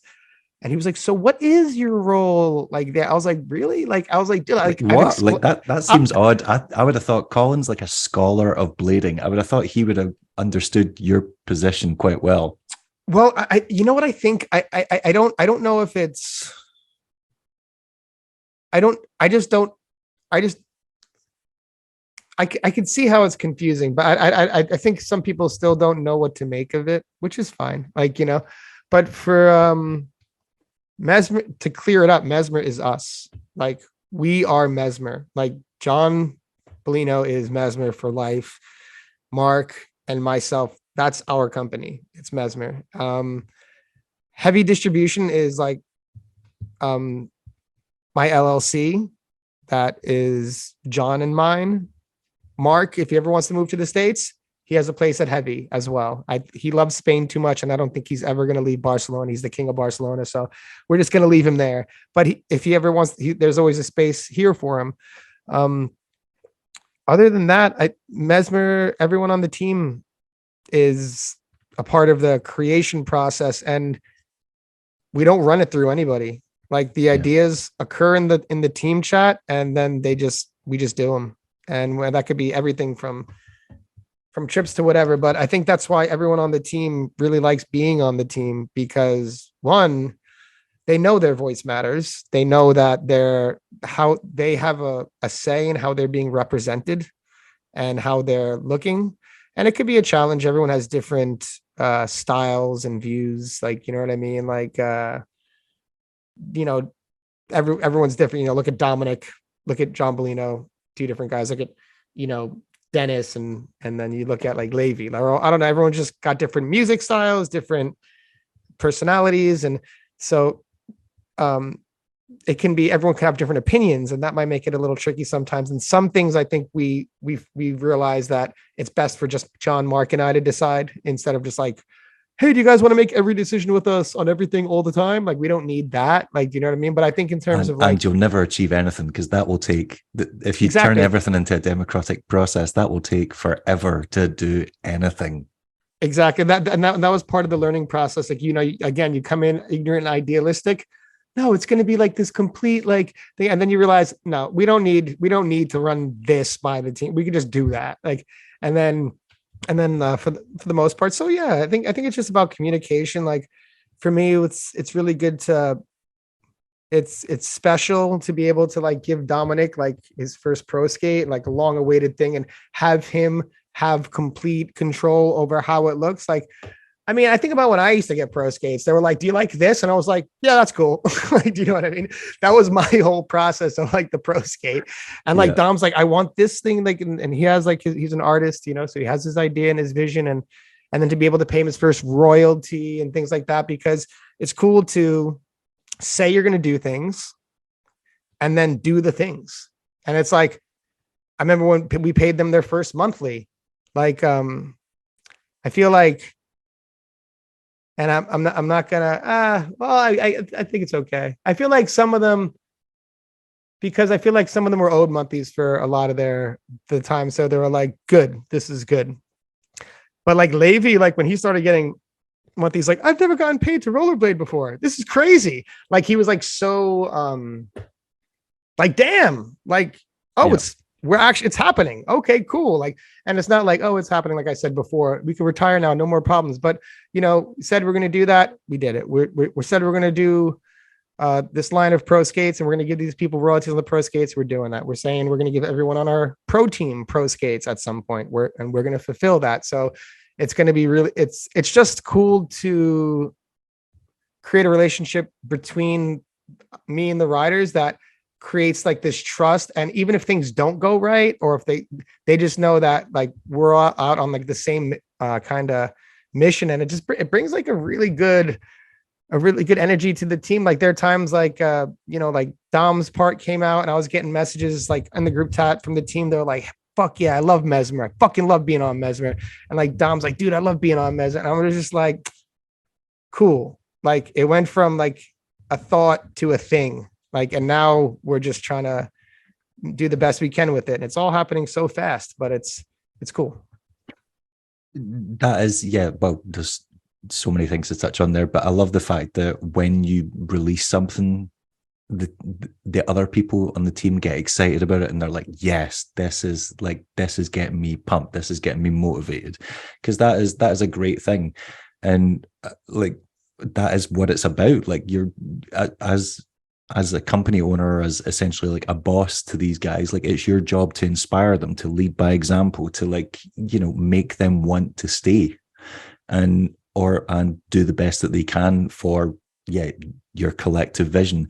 But one of the things I loved most, well, actually there's loads of things I loved about Mesmer since it started. I've loved the branding. The first video, Mesmer Rising, was unbelievable. God knows how many times I've watched it. I've lost hours of my life. Fact that it had a Smashing Pumpkins song just instantly sold me straight away. The huge John Bolino footage, all the dumb stuff. The fact that he showed up Alex Brosco at a spot, that was unbelievable. Oh, no. Poor Alex is like, cool. Now my soul grind just doesn't count. Thanks, man. No. The dark side porn star. We're not calling that a dark side true spin. It's not true spin. It's a dark side porn star. Okay. What were you about to say there? Do not what? Because that's a messed up trick to do on something with such a drop. Like you're essentially rolling for half of it. So your foot could just sweep at any point. Like you could hit a crack, anything could happen. And you basically went clean off the end of that ledge. I might have to look again if I was rolling. I'm not sure if sorry. Let me clarify. As in, it's one of these things where you don't just start sliding straight away, do you? Like you don't start from the lock-in position on the edge. It's like from the start, center and then sliding. your foot goes to the sole plate. Yeah, and you drift. Sorry, I don't mean you rolled it. That's not what I was trying to say. But like what I mean is like there's a difference between grinding a drop thing and then doing that on a drop thing. I feel like I've grinded plenty of drop spots. I would not do that on a drop spot. Okay, so the thing I was going to say was I don't want Alex or anyone to ever think that I'm trying to one-up their tricks. And if there's anyone I don't want to think that, it's him, because he's obviously a fantastic skater who's very capable, who I'm a big fan of. That spot is a place that I was a bike messenger for years, and it's like a location in between Bed-Stuy and Bushwick where you can like, if you ride a lot on the bike. The home of Notorious B.I.G. Bed-Stuy. It's Bed-Stuy, the home of Notorious, man. Home of Mike Tyson, Brownsville, right around there. Okay. But so I was your bike messenger, you ride around, hot summer day, you find parks and places to sit and hang out. There are zones, when you're working like the downtown zone or Lower East Side zone, you might go to Tompkins Square Park. If you're working in Midtown, you might go sit down on a bench at Herald Square. But when you're when I was in Bed-Stuy, I would hang out at either Herbert Von King Park, which is like that's a well-known skate spot as well, or I would hang out at that location and just like sit down for a bit, drink water, like look at my phone, whatever. So for years I was like looking at that TTP for like, I don't know, like 6-7 years, something like that. And I was just like, oh, like great spot. I could do this. I should do it. Never did, because I don't know, just like, it just never brought us to that spot. And then when we did the Mesmer Rising video, the Airbnb I got was 3 blocks from there. So we got there, was 3 blocks from there. Lewis just came in. I had just met Lewis. John was there. and we had and we were about to start filming it. Oh yeah, we had a homie in town to film it too. Oh, Parker was there as well. We had Julian in town to film it. And I was like, you know what? I'm just meeting Lewis. I've been wanting to do this trick for like 6-7 years. Um let me set a precedent for like that kind of like that we're trying to work. I'm like, so it was like the morning we woke up, it was like super hot. I was like, yo, let's just go hit the spot over here real quick. Let's just walk to it. So we just like walk to it and then we just go. And then I was just like, just tried the trick like 50 times and then got it. And it was kind of just like, all right, like, let's work. Like, do you know what I mean? Like kind of like you say, like, it's like, let's not talk about work. Like, let's lead by example. So I was just like, yeah, like, let me just, instead of be like, yo, so you guys ready to get clips today? Huh? John Lewis, you guys feeling fresh? You good? You want to go do some work today? I was like, all right, let's, you know what? I got a trick. Let's go do it. And then we went and did it. And it kind of like kicked off the energy. That being said, how is that the first spot of the day? What is wrong with you? Like, no, I mean, that's how it works. That's how my head works, because I'm like, I just, if I'm thinking of a trick I want to do, it's in my head, like just something you can't get out of your head. Like, I don't know. I can't think of a good analogy, but it's just there. Like, and I could be like, okay, let me hit this spot before it. But then as I'm hitting that spot, my head is just kind of stressed and anxious about the trick that I'm wanting to do that I could be scared of. So it's not like I just like show up at the spot and I start trying it. Like, I show up at the spot, I'll roll around a little bit. I'll like Macchio a ledge, like top sole a ledge. I get my blood flowing. I like jump over the ledge. I like wax the hell out of it. I'll slide on it. It's like this whole process. It's like, and then like, I'm like, okay, I just basically like want it. Like I get like, if I have a trick like that, I get anxious. So I just like want it out of the way. It's not particularly like a fun process, but it's a rewarding process. You know what I mean? There are times in blading where you're having fun, but these things aren't particularly fun. It's more rewarding. So I just kind of had that. Now about Alex having had soul grinded it, right? Like when I saw that they skated it, like the Bodega Boys and Alex. And then I was like, damn, someone finally skated this spot. Like I've been wanting to skate it for like a long time. And to Alex's thing, yeah, Alex soul grinded. It was really great what Alex did. It's very like, and but I think he was probably just looking at it from the perspective of like, no one has tricks here. Like literally like nobody had tricks there. And he's like, this soul is awesome. I was just like looking at it from like forever, like TTP's like one of my tricks. And I'm just like, oh, coulda, shoulda, woulda for like 5 years on like literally meditating on a trick for like 5 years. Every time I go to the spot, staring at it for like 5 minutes, 10 minutes, and then leaving for like years. And then, you know, Alex shows up at the spot, like you're introduced to a new spot. There's some spots I've only been to once. And I'm like, man, I wish I had more time to meditate on these spots. Like you get to like envision the trick more. You get to envision different things. I'm sure if that spot was in Kansas City, like not out, you know what I mean? So like, yeah, that's a terrifying prospect. If that was right. if he returned to that several times. Yeah. So I think for Alex, like for me, that was a trick I had built up in my head for years. And, I want to do this trick. Alex probably just got pulled up to the spot. He's like, yeah, I'll sold this. And then he sold it. And then he went and did like 10 other freaking tricks that day. That was like ridiculous. Like, you know, like I did that trick and I was like, I almost had a heat stroke because it was so hot. And then I was like limping around the whole day. Like I made like a huge thing out of it. So it's just different things. I don't think I went up to anybody. I was only messing. I just love. Like, okay. Yeah. I don't think that either. But yeah, that is quite funny. Also, Martin kind of touched on it when I interviewed him, and he was just like, you know, I remembered Billy was good. He's like, I've seen Billy's sections. I just didn't really, and he was like, I don't want to be disrespectful. He's like, I just didn't really think Billy still had it in him. He's like, I'm like, Billy's a lot older. He's not like pushing it like that way anymore. He's not trying to like get another pro skate. He's just chilling. I just didn't think it. And then he's true spinning handrails. He's doing like true spin macchios and handrails and doing like 270 like front sabs.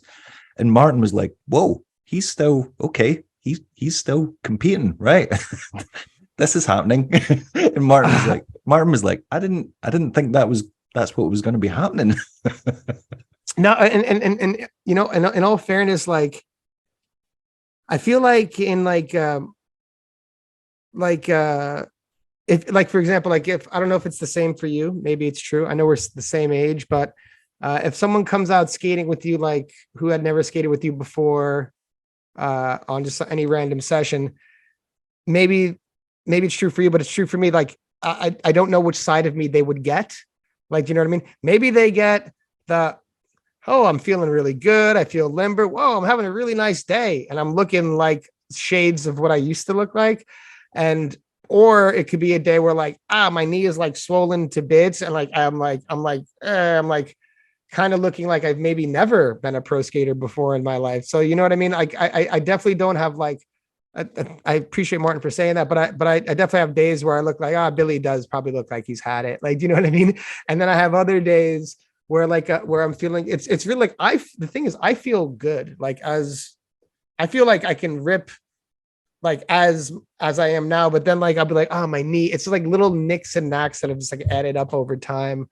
But, I'm also inspired by them. You know what I mean? John doesn't let me get away with anything. Like, I'll skate with John, I'll do a trick that like is easy for me. And he's like, do this, man. Come on, dude. Like even like in like Dom's thing, I like wall rid a thing in Dom's new thing. And John's like, dude, 360 out of that. Come on, man. Like, you know what I mean? Like he doesn't let me slide on stuff. Yeah. Like, you know what I mean? Where he gives me the push, like where I'm like, dude, I don't want to do it. He's like, bro, do it. And I'm like, okay. So I still have those people that push me. And then there are times I'll be real. Okay.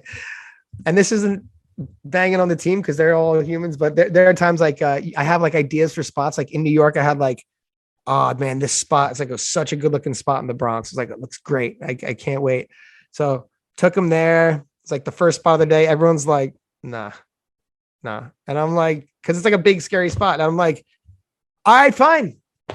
I'll do it. Fine. You know what I mean?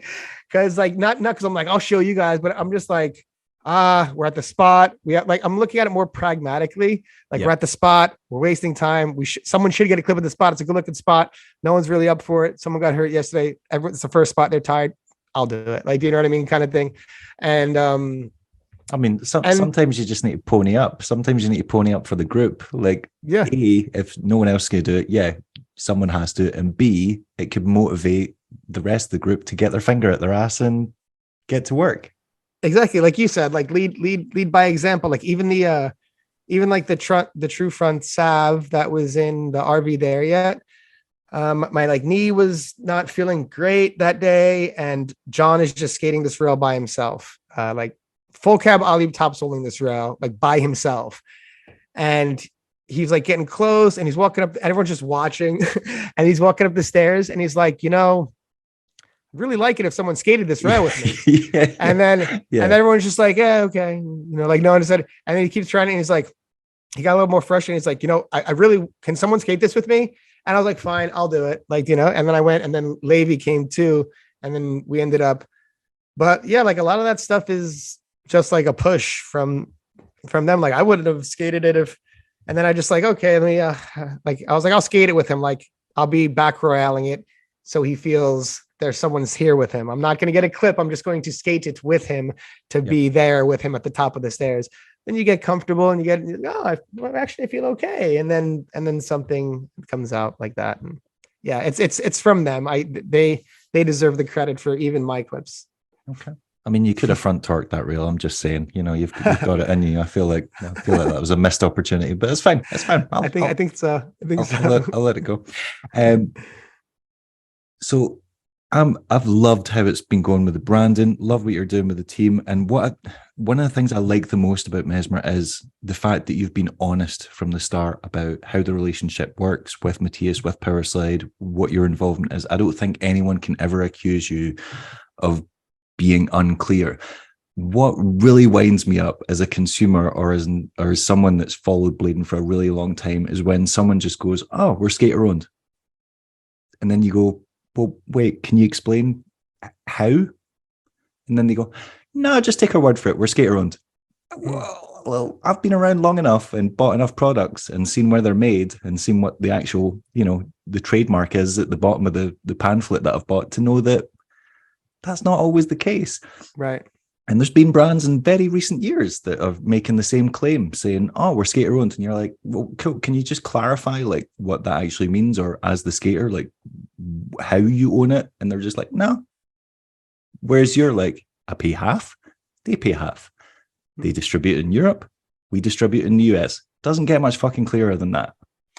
Yeah, and to be even more clear, well, one thing I'm going to touch on, the reason why it's even an issue to say things or to say that things are skater owned or not is because that suggests that we have the skater's best interests at heart. It doesn't always mean it's true. You could be a massive corporation and treat skaters really well. You could be skater owned and be selfish and not get, so that in and of itself doesn't really describe anything. It just alludes to, and you would hope to suggest that the person is keeping the skater in mind, as we are that. Okay. So that's that. Two, not only is heavy distribution skater owned, but so is Disroyal. Matthias, and maybe I've contributed to this as like during my frustrations as an ignorant youth at USD. You have had your moments of bashing certain sponsors in the past. Yeah. And you know what's funny? Like I told Matthias my problem, and I can clarify for anybody, but it was never with him. But that guy deserves respect. That guy, all he does is skate. He wakes up in the morning, dude. He skates like 20, 30 miles. He plays hockey. He is a skater. That dude skates. He doesn't drink. He doesn't smoke. I offered him a coffee in my house. He doesn't even take coffee. This guy's drug is skating. He really, truly loves skating than most people I know love skating. So like, he really is. He's going to skate to as long as he can. So is he grinding out rails? Is he doing what we do? No, but I think that there's a part of him that sees the passion. He's a very passionate person when it comes to skating. So I think he deserves a huge amount of respect. And that's just my opinion. But, yeah, I think he's always... See, I don't really buy into this. Something has to be skater-owned to be good. I think there's been plenty of examples of skater-owned companies that the fact is it doesn't really matter if a skater owns it or not in that respect. If they don't know what they're doing, or they're not good business people, or they don't have a good vision, you can be one of us all you want. You're not leading us to any great white light. It's just not going to happen. Like you're just a guy with a dream, and unfortunately, it's probably not going to work out. You might be skater owned and threaten to assault somebody. Anything could happen. Yeah, that's not going anywhere for a while. I'm sorry. That's going to stick around. With Matthias, what I do like is he has always conducted himself with, I think, integrity. And it's if the sponsored skaters don't always agree with his vision, that's fine. Like the fact is, it's his business. He's going to do things that he wants to do. And the pro team, I remember Colin took issue with him because he was like, "I want to know how many skates are sold." And he's like, "Well, that's not what we do right now. Like we don't." I just don't think a skater had ever approached him at that time and went, "I want to know the units. I want to know the margins." And he's like, that's privileged information. And it is privileged. And like that is, the fact is, Colin at the time was not an employee. You're a sponsored rider. Employees are people who work in the office. They work in the factory. Like, well, skate companies don't owe that either. Like exactly. Companies don't owe you that information. I don't owe the riders on my team to be as transparent as I'm being, but the reason why I'm doing so is because I want them to know that I'm an open book with them, and that I want them to also like not look at me as someone who's like over them, but someone who's like, "Hey dudes, I need you to work with me. Mm-hmm. We're trying to build something here. I need you." And we're trying to do. So that being said, I don't think that no company owes that information to people. The reason I'm doing that is to create something I think is valuable within the brand. So I see my reasoning behind it is to create a trust with not only the riders, but hopefully and I think it's good to, I think it's encouraging if you're like, "Hey, we're doing this, like, this is what's happening." So if you want to support us, feel free to, like, because we're trying to do this with our, it's not going to my, like, to my retirement house, or something like that. But so yeah, I think that even though that's something that some companies do, and John Julio has done the same thing, he's been pretty transparent in that way. And I think that all that does is garner trust and create trust, so it's it does on just, but that's on the basis that other companies are doing it dishonestly and saying are not. I think what I'm trying to express is, like, with Matthias, I was never under the impression that he was lying to riders or misleading them. Whereas with other companies who have existed through the years, I do feel as if they were willfully lying and misleading riders just for their own personal gain. And that's what I take exception to. I don't think a skater has to own the brand. It can be a business guy that owns the brand, as long as he runs it with integrity and with... I agree. I get that everyone's there to make money. The fact is, you start a company to make money. It's not a charitable endeavor. You're not doing it to just for the good of mankind. The fact is, if you're starting a company, you want it to be profitable. And right. That's fine, as long as it's not profitable at the expense of the culture. I agree. And there's several expenses to take into consideration: the expense of the culture, the expense of the participants. I remember hearing, like, an old interview back in the day. It was like some music guy that I like. But he was a struggling musician, like in his 20s and his 30s, and like didn't really pay out for him. It's like something similar to maybe like what could be the blading path. You spend all your time, all your energy, work, and then at the end, there's not really anything financially there, or something like that. And he talks about like people can feel resentful after a while because they feel like their youthful energies are wasted. He refers to that about his youthful energies being spent up and not having those anymore, and that time being past. There's so many really talented people in rollerblading, especially on Mesmer. But I'm like, dude, you guys can do like anything you want. Like, do you know what I mean? Like, you're obviously very talented people. If you like took this energy you're putting into blading and you put it toward art, you put it toward music, you put it toward school, you put it toward whatever trade, then it's probably going to be very lucrative for you and pay off for you. So I think in that way, you owe the honest, like, you don't have to be, again, about the honesty. It's not about oversharing, because there are certain things that you don't owe to share. You can, if you want. I think you can create like some trust, but I think that you owe the minimum of not lying, and then I think just like some very basic truths, which are cool. I don't know. Yeah, I feel like I trailed off there. Sorry. That's all right. Right. I'm going to ask you a tough question now, though. This is. I know. There's going to be some. I was debating whether or not to ask you this. Right. Shoot. With the position you're in, you're very much reliant on Powerslide. The fact is, they are the key to the manufacturing. Without them, let's put it in a hype. I don't see this happening, because again, I do consider Matthias. Can I stop you now? Can I stop you now? Right. Quick, because I think I know what you're getting at. And if it stopped you too early and it's incorrect, then let's pick it up. But do you mind, or do you want to finish? Okay. So there's another thing about Matthias is I don't know if he wants me to say this, but I don't think there's anything wrong with it. It's okay. He's in his 60s, and he said this isn't something he wants to really do forever. And when he does retire, he's made his money basically. When he does retire, he doesn't want to see everything he's created go away. He's trying to find other people for these positions. Okay. So this thing lives on. He doesn't stand in the way between me and the manufacturer at all. I'm in the emails. I'm talking to the manufacturers.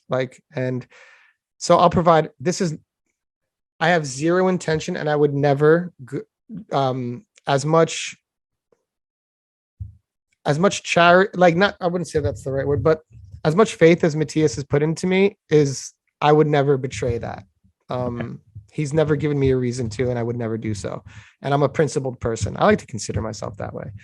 I'm in the emails talking to the people in China. I'm talking to them where I'm dealing with them as well. Like, and Shima was able to maintain a relationship with SSM because after Andy never kept Shima in on the emails with, but when Shima reached out, they saw his name on so many skates that they know he was a person of consequence. So he was able to kind of continue that relationship from him knowing. They own certain molds. And so if anything went bad, like we're using the mold that they own, it's not an open mold. Like the Cult, for example. But if something ever happened where it was like, go to hell, you go to hell. You know what I mean? That doesn't necessarily cut us off from dealing with the manufacturer because we already have that relationship now. So that relationship is already established on my end, direct with the manufacturer.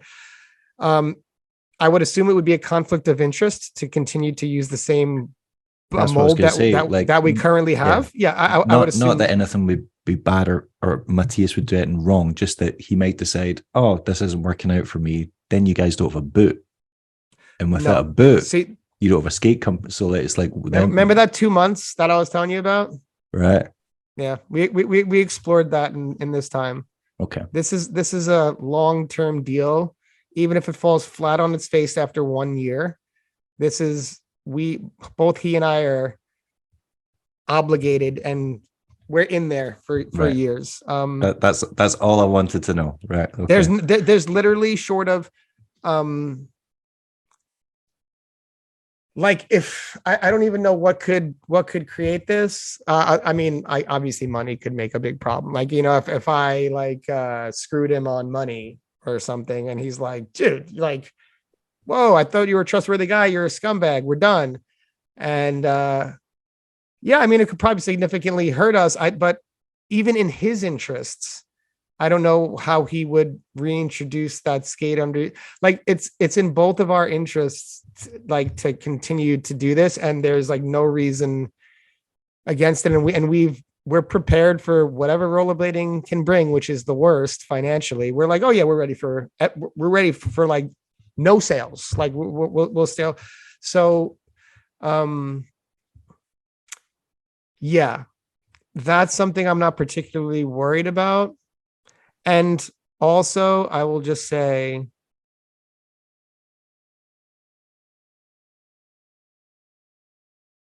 that Mesmer is a brand new company with one boot mold right now. Okay.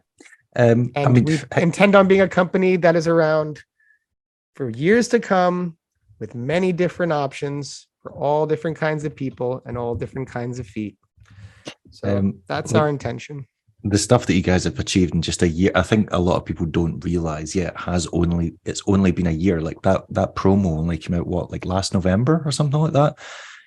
You've had Mesmer Rising, you had the trip to New York, the trip to Barcelona, you had RV there yet, basically another mini tour, and now you've had the New York one where I'm assuming it's coming out relatively soon. And that's like, you've basically taken those guys on tour more times than most brands have, and all in the space of 12 months.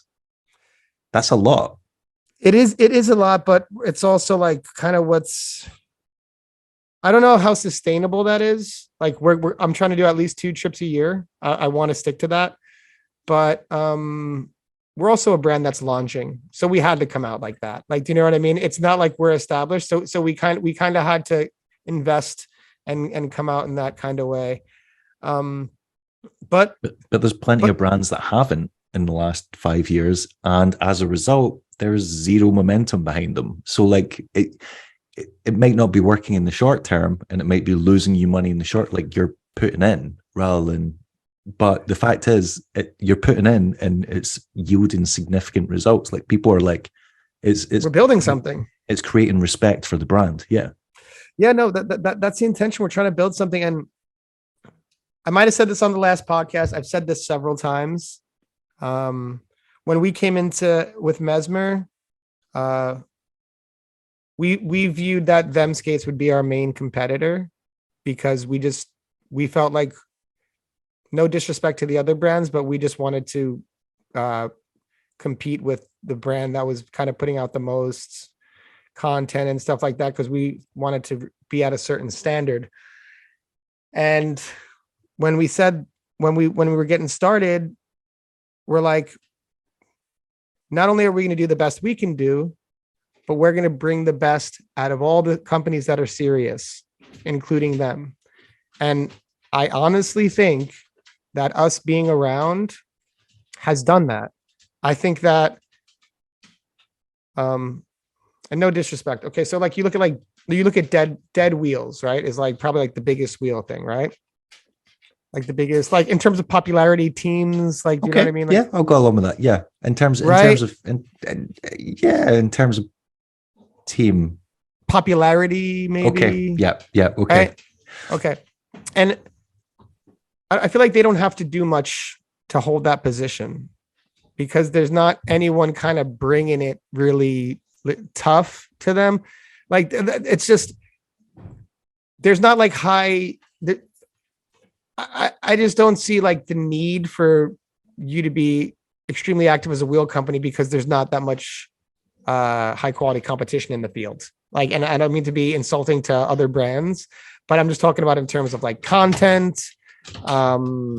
Like, you know, you look at whatever. Okay. I hope I'm not insulting to anyone, but, so Mesmer was just like, okay, we're going to try to do our best and try to do tours and we're going to introduce things and we're going to be the first brand that puts images on the bottom of our sole plates. Like, and we're going to do a tour in an RV and we're going to make touring and making the idea of a team, a thing. We're bringing teams back. I remember we're like, yo, we're bringing teams back. Like, we're just going to, it's a team. Like, and then that was like an arrogant thing we were saying. We're like, we're bringing, who the fuck do we think we are? We're bringing teams back. But honestly, we do some stuff and then I see some stuff and then I'm like, oh, cool. Where we are influencing the companies around us in a positive way. And that's cool. Whether it's, encouraging them to do their own tour with their own team and like then show that value in the team and that togetherness, then that's awesome. Whether it's like a design idea, like, you know, that we had, but it's like, or whether it's putting out video part for video part, or like some parts come out and it's like, oh, we gotta make the best video we can. The healthy competition and what's healthy for skating is us bringing the best out of one another. It's not about who's better than who or who's the best. It's, I see a Them Skates thing that's like really high quality and I'm just like, let's go. I'm not like, damn, that was whack. That was, I don't know. We could do it better than that. I don't know. I'm like, damn, that was sick. Let's do something sick. Let's do like, so it's, I feel like that's like a healthy, encouraging, positive thing for skating, like creating what we see as our standard, other people creating their standard, and then us kind of like inadverting, like we were talking about earlier, like, you know, not saying what you don't like, but just showing what you do like by just doing it, and then seeing how that affects like the situation around you. Yeah, I'm not trying to, and I'm not, we're killing it. We're doing good. I look at the guys. It's them. It's not even like people like, oh, Dom Skate is so good. Great. Yeah. He did a great job. Didn't he? Go tell him he did it. Like, do you know what I mean? Oh man, I really love this shirt. Oh, word. John made that one. Tell him he's the one doing that. And, oh, I really love this edit. Oh, that's Mark. He's the genius. Oh, your marketing, the Instagram looks great. Oh, that's Mark. He's the brains, man. You got to talk to him about that. But I agree. I think Mesmer has done that. And I'm not taking credit for it. Like, I think it's a result of us having this open dialogue and this like bunch of people with different visions who are passionate about what it is that we do. But yeah, I'm shocked too. I was sitting, I'm not even being a jerk. I'm shocked too. I was sitting, me and John were like a couple weeks ago, and he was like, yo, we're going to the warehouse, and he's like, yo, this is crazy. Like that, we got this warehouse with all these skates, like Mesmer, like it's a thing. I was like, I know, dude, it's wild. Like I still can't even, it doesn't even, because like I said, it just went from like this like old idea to like an idea to like a sample to like, I guess we're filming a video. It's like we're filming a video and it's like, oh, we're doing pro skates, and oh shit, we're heavy players in this game, like, you know, and we're saying we're going to do things, and for no other reason than not wanting to look like a hypocrite, we do the things, you know what I mean? No, that's not the only reason, but you know what I mean. I don't know. Am I like patting myself? I feel like I'm getting like on a hype right now. Am I like, yeah, like, am I like building up right now? I gotta chill. I do want to ask about RV there yet. Right. Why do people keep going on skate tours to Slab City? Because with all due respect, it looks like the shittest skate spot on earth. Right. Like, why? You've been there twice now. Mm-hmm. Like, okay, I got you. So, I made an itinerary for that trip, right. with like, you know, our stops, and it was perfectly mapped, and Slab City was not a part of it. It was not a part of the trip. Brian Bina, who is our photographer, who we brought on the trip, was like, oh, we got to go to Slab. I was like, dude, we don't have time. Can't do it. We have a demo. We got to do this. And I think like, okay, so I think that tour was like also really special for like Levi, Martin, Gabriel, maybe Dom. But I think Dom has had a lot of experiences in the States, but this is like the first experience in the States. It's like very similar to like what the Shredwiser Path tour was. And they're kind of reliving it in this way that like we lived it. So it was not on the plan, and they were like, dude, we got to, like, they got all like really hyped on it. So I was like, okay, we had like a demo at like from 6 to 9 at a skate park in Arizona on our like, on our second to last day. And then we had to go to like San Bernardino for the next day. So I was going to go along the way, stop somewhere along the way, and let's go to San Bernardino. We looked up Slab City, and it was like 5.5 hours away. And I was like, all right, if everyone wants to go, and like they wanted to go, I was like, for the experience, for like this, like these kind of younger dudes, first time in the States, in the desert, like wanting to like get that experience. I was like, all right, I'll just do it. So I just basically drove to like 2:30 in the morning, got everyone there. We got there. Woke up, they had the experience. It's a very fascinating place. It's unlike any place. I guess it maybe could be considered something close to Christiania, but it's not. It's like, it's no man's land. It's not US territory. You can squat, live there for free. Since COVID, it has like quadrupled in size. They've made it like a city because people like left society, and they're like making like proper homes there, like real proper 2-story homes in like the middle of this place in the desert that you could just build. You just go there and build. And so it was fascinating to see that, but it's the skate spot itself. It's not about the skate spot. Basically, there's a skate spot there and people use it as an excuse, but it's this like weird desert experience that I feel like it was valuable for them to have had in their life. And that's why we did it. Like I was like, dude, we need to go to Slab City. I was over that place like freaking 5-6 years ago. I'm finished with that place. But you know, it's, I think a big part of that and why we wanted to do that is not only are we trying to like produce like high quality skate stuff, like content on the internet, the best skates we could possibly make, cool clothes. Not only are we trying to do those things, but we're also trying to create an experience for our riders that would incentivize like the youth to want to have these kind of experiences. You know what I mean? Yeah. Like I remember when I was like young, looking at like the USD tour video, I just wanted to be on tour.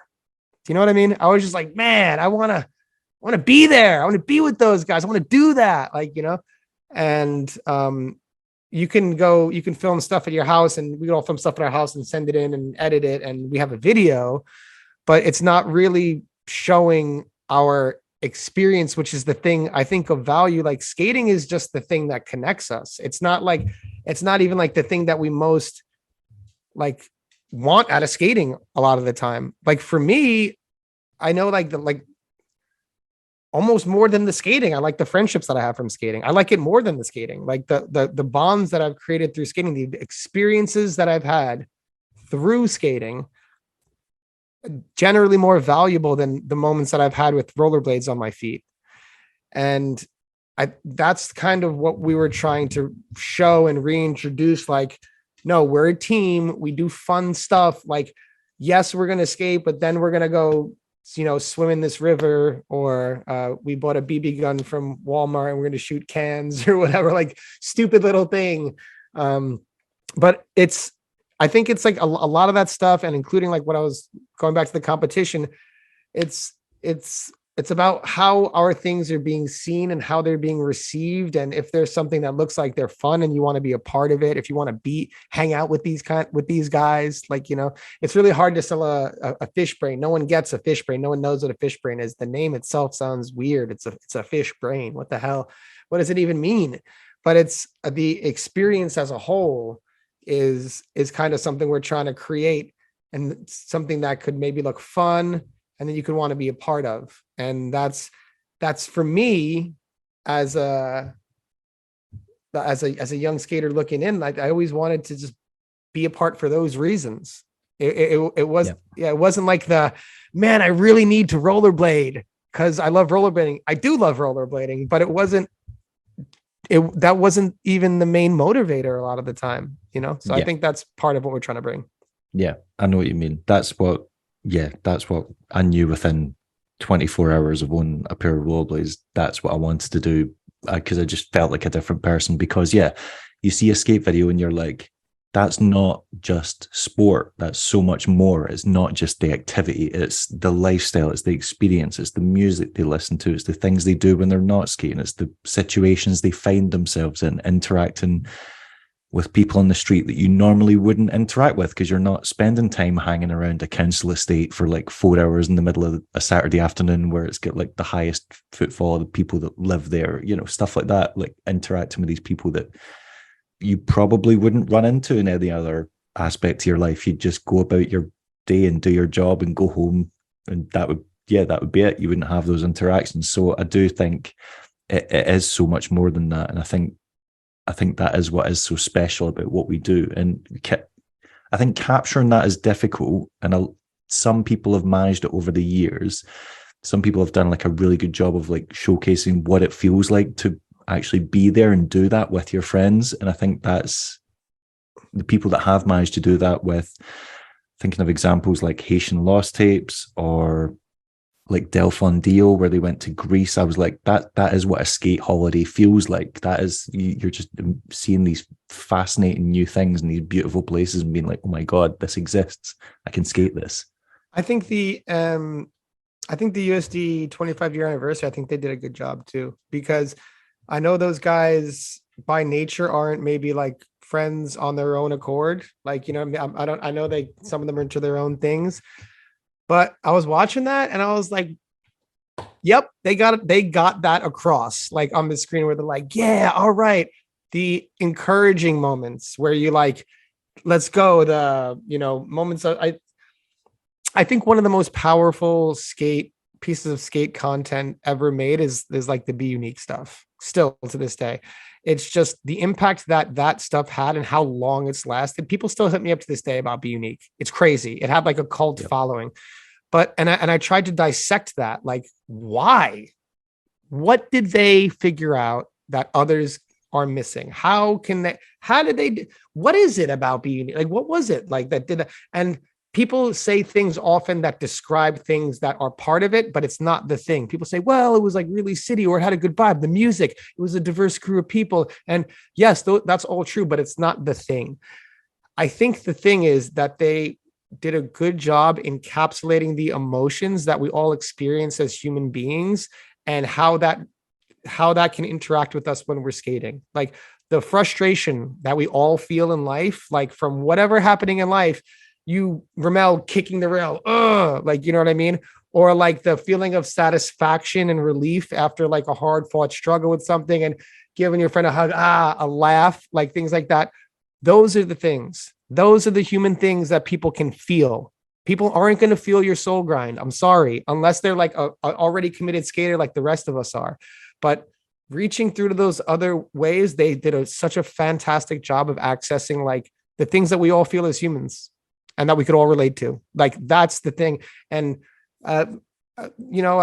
I think that's part of what we want to do. We just show, hey, this is fun. We're having fun. We're going on fun trips. Like it's not rocket science. We're just some people having fun and enjoying each other. And yeah, in that there's the struggle with the trick, the satisfaction of having headland that trick, the support of a friend who might be struggling with the trick. You got this, man. You got this. Like, those moments. Yeah. They come across the screen really well. Like, do you know what I mean? And I think that sometimes it's just like skating. And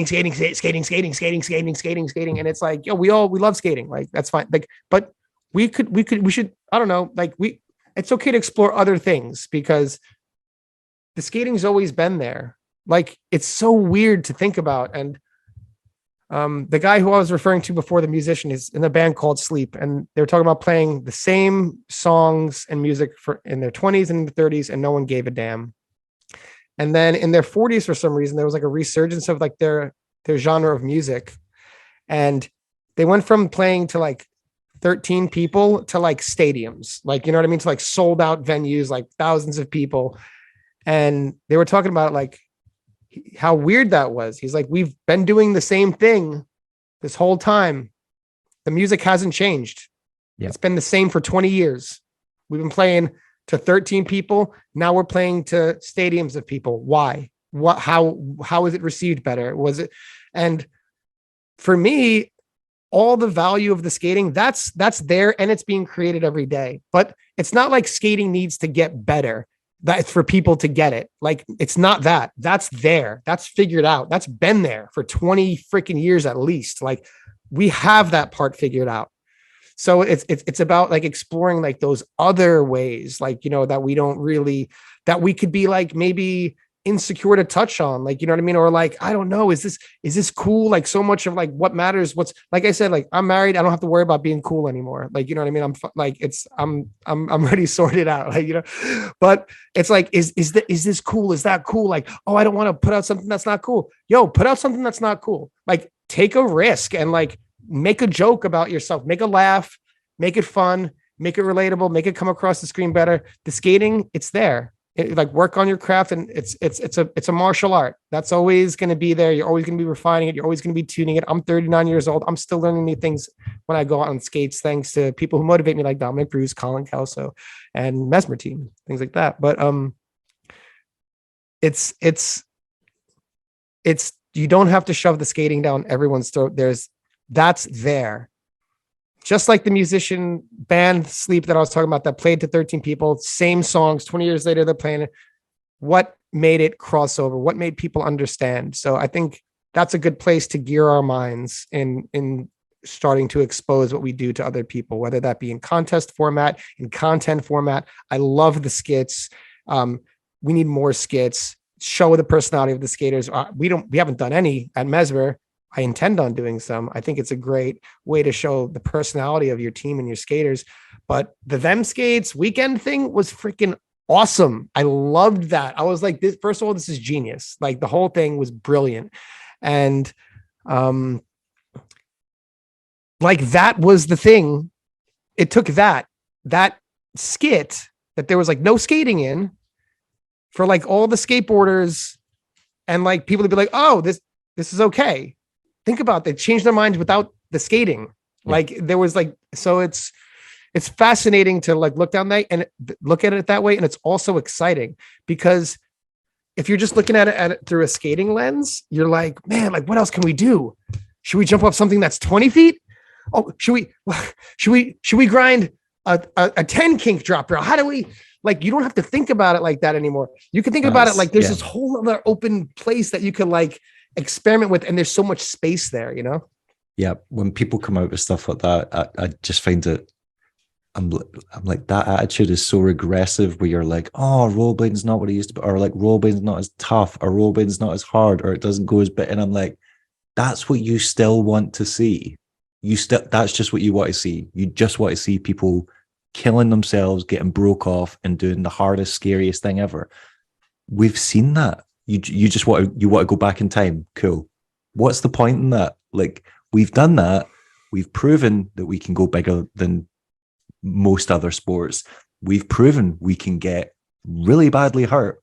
You almost died multiple times. Yeah. I've got a video about that coming out, about people coming out the other side and putting out great stuff. Nice. Multiple people almost died. Multiple people did die. Have died, yeah.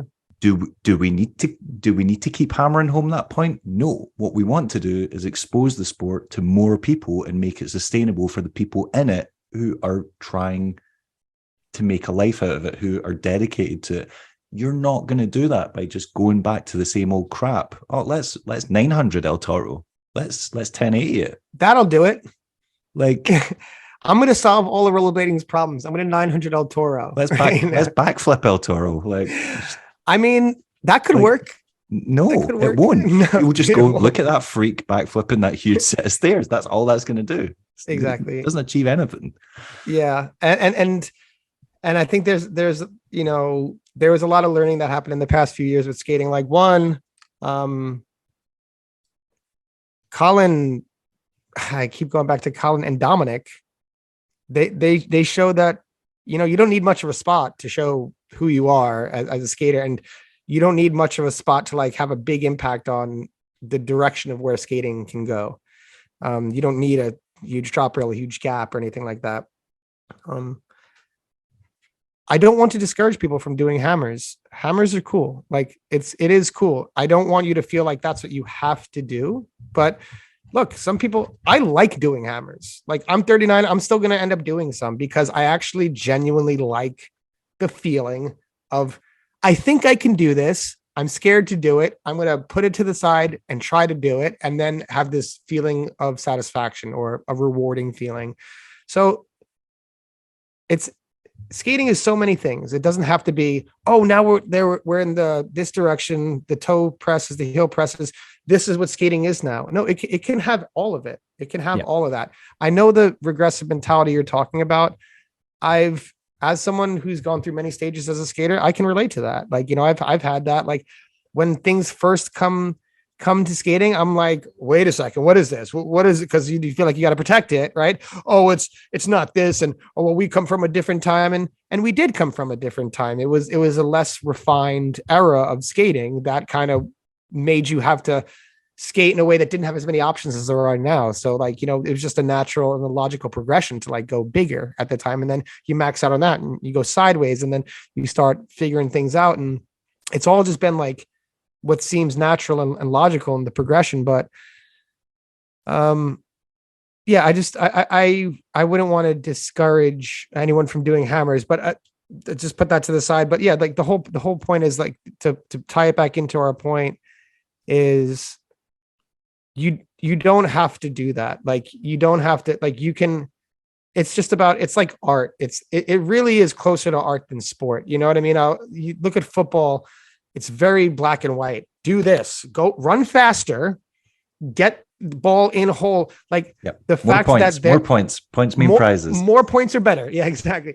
Like in this, it's like there's the ideas that once were that, you know, kind of governed our way of thinking in rollerblading have been shattered over and over again.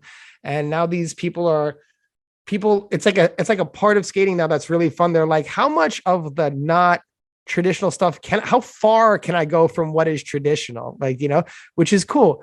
That being said, I think I just want to make rollerblading like a home for everyone. If you're that guy that's like, man, I want to see more, dude, let's see those hammers, dude. I will be like, let's go, let's see. And I'll get stoked when I see you do a hammer, man. I'll get really pumped. And if you're like, yo, I just want to compete flat ground. That's it. I'm a flat ground guy. I don't even jump on a curb. I'll sit there and I'll watch you what can you do on flat ground? Oh, cool. Oh, you do it. Okay. So like a shuffle, ollie toad, gazelle, or whatever. Like, do you know what I mean? I still don't even know what a gazelle is. And please don't try to explain it to me. I don't want to know. I'm just kidding.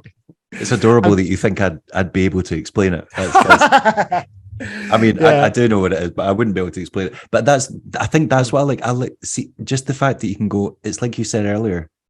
You don't have to shit on it. Just do what you want to do. Do what you think represents the sport that you love. But you don't have to crap all over everyone else that has a different vision. Just follow yours. I agree, and you know, but it comes from a place like that feeling. It comes from a place of care, like because Colin talks about it. We talked about it on the podcast we had on. He was like, you know, I understand the need to protect things. Like you're like, this is my thing. I spent a lot of time doing this. This is, you know, I put a lot of work in. I got a lot of scraped elbows. I've been in the hospital a bit, man. Like people have gotten hurt. Like people can. This means something. Like, you know. And that's correct. Like, you know what I mean? Yeah, sure. Like that's 100% correct. But it doesn't govern the way your vision doesn't. It doesn't. It's not going to God, why I should have studied more English, but I need more words. But your way of viewing the situation isn't going to necessarily cross over to the way someone else is going to see something, and it shouldn't. And if it did, that would suck. They're my favorite people to skate with, and Colin was talking about this, and I was like, I understand what he means, and I love it. Like when you're skating with like these new skaters or like these roller skaters, there's a girl in Brooklyn. She's from Oakland. Her name's Sylvie. We had a roller skating competition at the BPSO. She won it. And she skates with the Bodega Boys a lot. She's on their Instagram a lot. I know what you mean. Yeah. So skating with her, it's very refreshing because she's not confined by even though we're thinking outside of our rules, we still kind of got these rules in the back of our head. Oh, grab your tricks, you know, stay fakey, like these little things. She doesn't play by those rules in any way. And it's like, oh, like you actually get ideas from those people because they're thinking of it in like a way outside of how you've been trained to think about it for however many decades. And it's like, for me, that's the kind of stuff that's exciting. I know we're kind of bouncing all over the place between subjects, but I like that way of looking at it too. Just like it's far more art than sport. It's a creative endeavor. It's an idea thing. It's almost like if you had someone who was like really, really talented and really, really good at ideas, you could have this guy coach this guy to make him the best skater. Cause maybe on his own, he wouldn't get there because a big part of it is creating what is fresh. And like, look at Colin Martin. The dude is peaking at like 40. I don't even understand what's going on. Half of the things he's doing, I'm like, how do those movements? He could fakey 3 on something like look floppy. And then I'm just like, what? I just don't even know what's happening. And it's such a creative space that, it's cool. Skating's cool. That's my final answer. I've got you right. I'll give you some easy questions now that should have quick answers that won't be too taxing on the brain. Did I see an Instagram photo with a white Mesmer? I feel like I saw a white Mesmer in a New York, or was it just? Did you? I feel like I'm letting you off the hook if I say, was it just the saturation or the way the light hit it? It might have been Dom's skate, but it looked like a white Mesmer on an NYC trip. No, that's a no. Either that or you're trying to bullshit me here and get out of it. But okay. It might have just been Dom's skate. When we got Dom's skate, we got a couple of samples. Okay. Some different ideas, but the sample that you may or may not have seen is not what we're going with. Okay. So I did see a white skate. That's all I needed to know. You may have seen something. I saw a white skate on someone's story. This isn't even BS. It's not what we're doing. Right. Okay. So that's just flat out. What you saw is not what we're doing. Okay.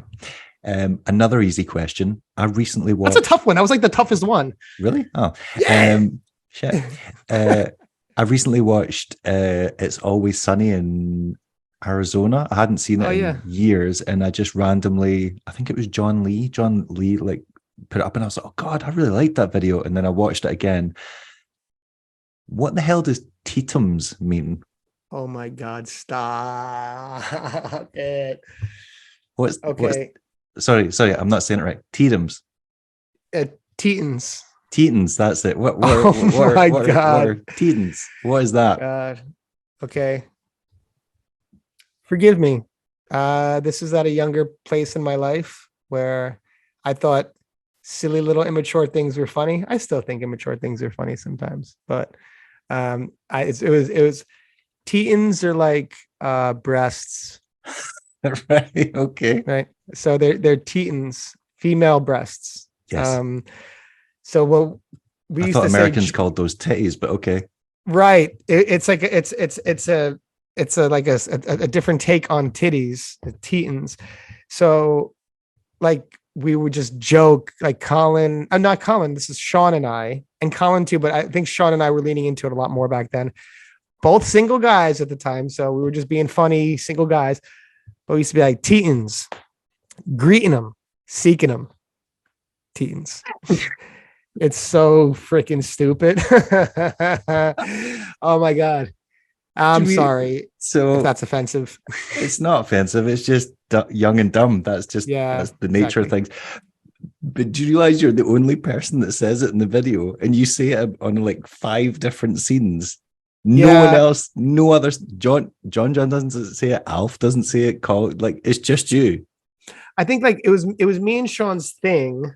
I probably when I hear things that I think are funny, I could be like a 5-year-old in this way. I hear things that I think they're funny, and I'll just take it too far. Like recently, like Parker, he was he was calling me Gun's youngest at the Blading Cup, and he was calling himself OG because obviously like Parker's a young gun, he's younger, and I'm the older guy.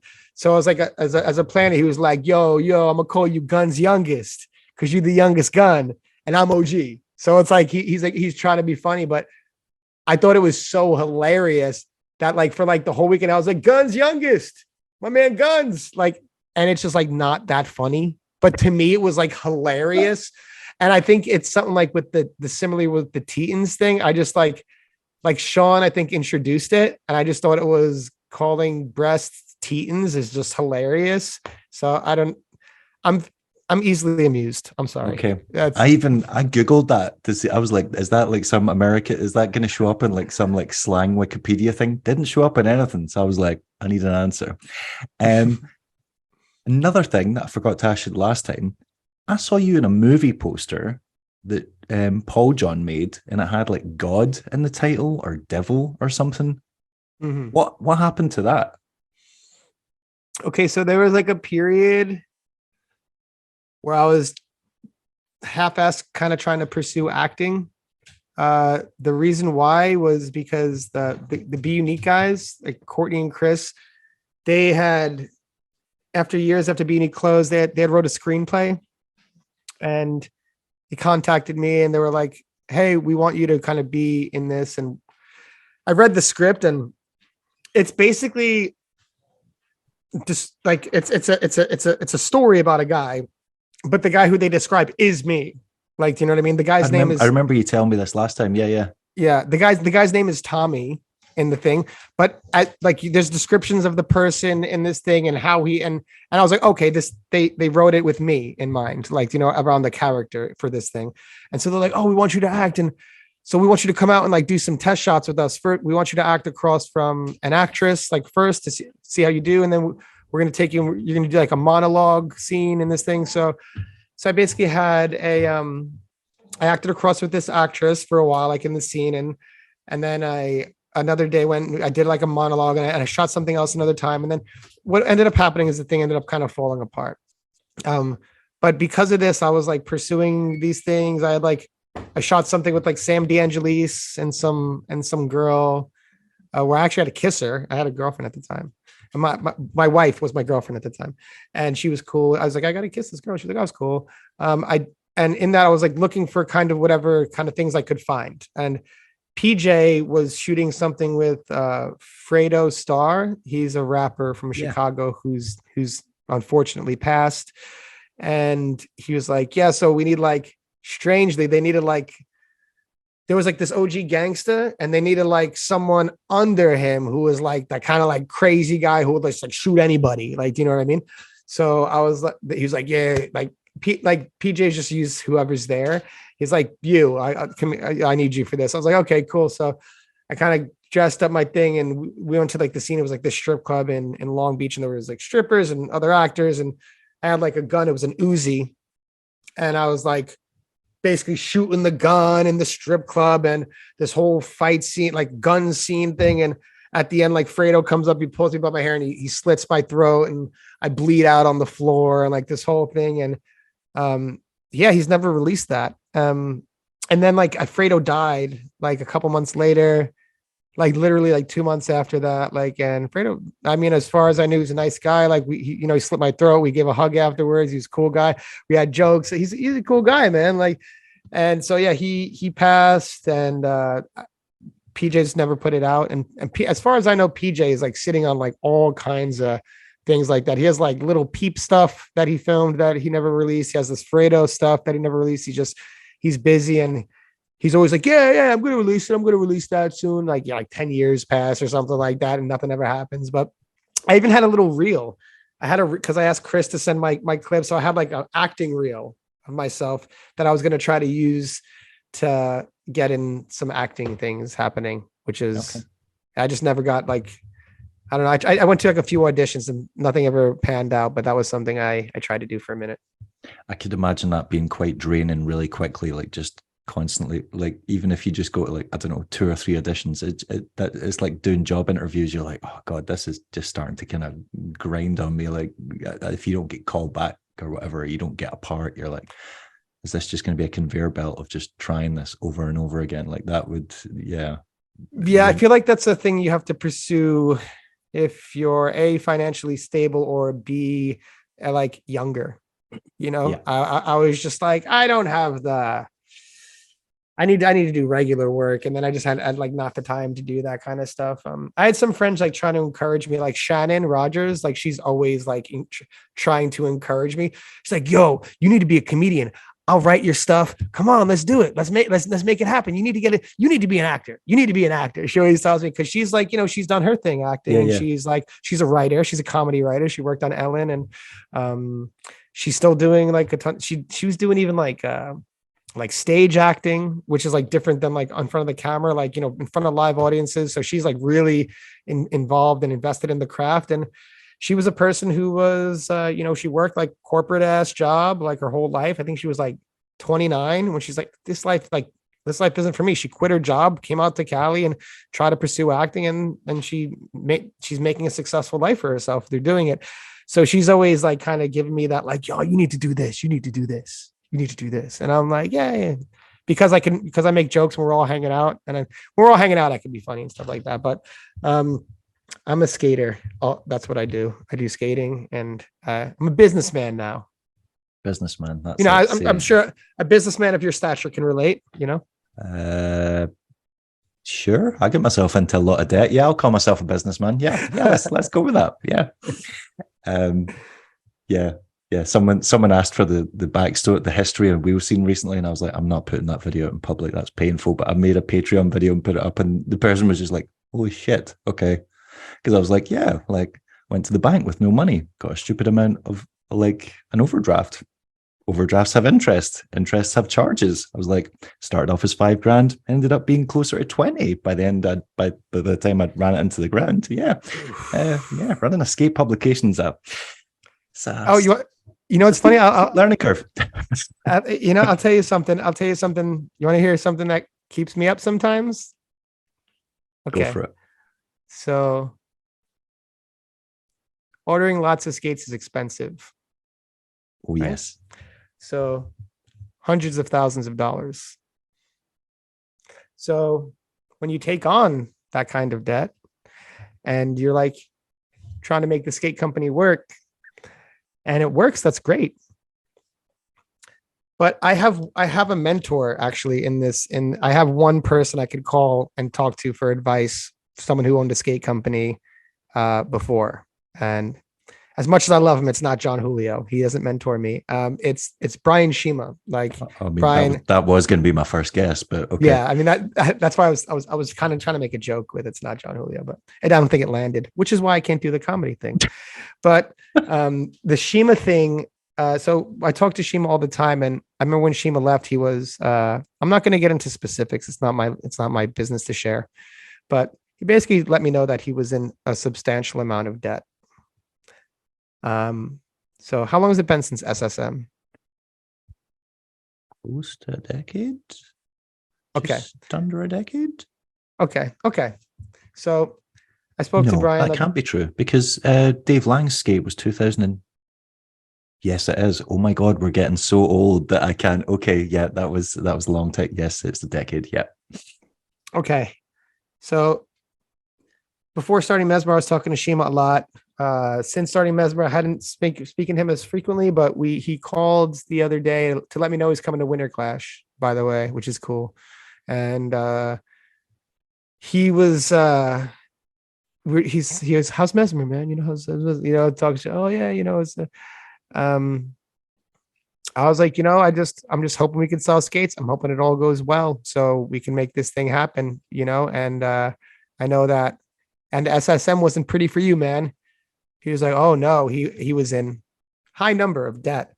And I was like, well, you live and you learn, right? He's like, I'm still learning. He's like, I still owe. So if there's anything that's motivating for me, like, it's to keep myself out of that position, which is like probable, not only possible, but yeah, you could maybe venture and say it's probable. But so that's something that wakes me up in the morning, and the reality of knowing what is there, and that's something that maybe not information I wasn't privy to as a rider, and maybe my riders don't need to be privy to, or people don't need to, but the people who are, it's I don't know if it looks easy. Maybe it does, but it's not. I think anyone with an ounce of common sense can appreciate, well, or at least should try to see it from both sides and see, like, I've heard people, I'm not going to name names. I've heard people call out people in the industry and go, oh, they're balling. They're really successful. Why are their riders not living off it? Why are they? And I'm like, and with all due respect, I get that riders build brands, like riders make brands cool. They are the faces of it, but they're not the ones taking the financial risk. They're not the ones that may not ever be able to buy a house because their credit is so bad. They're not the ones that have dedicated 10 years of their life saving up for this money to start this fucking company. They are the talent, and that talent is appreciated. Well, it should be appreciated, but it's not the be all and end all, and they shouldn't be earning the same amount of money as the person who owns the company. That is a ridiculous concept.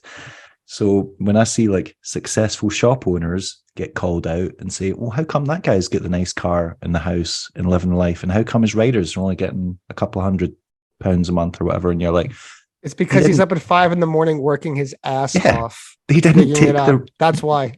Yes. That, like, not because they slept into noon and they got in a car and drove to a spot and got 5 clips. It's not it's not because of that.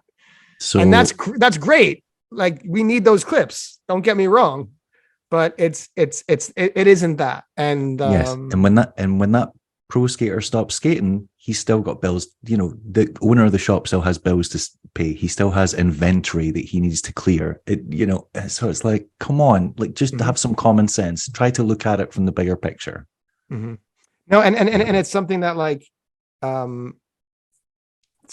because I've been honest, some of my riders have, like, kind of learned if they want to, if they care to know. And I've been like them, and John's been like, dude, we need this, we need a bigger warehouse, we need this. I was like, yeah, no, you're right. Yeah, we do. Can't do it. can't get it right now, but we do need all of these things like that we can't really do right now. So we need the influx to kind of get it going. And right now we're just I'm just at a place where we're just keeping our overhead like crazy low, like as low as possible. Like my storage is like, it's at a public store. It's never going to get cheaper than the storage I have. I I'm lucky to get money from other areas where I barely pay myself.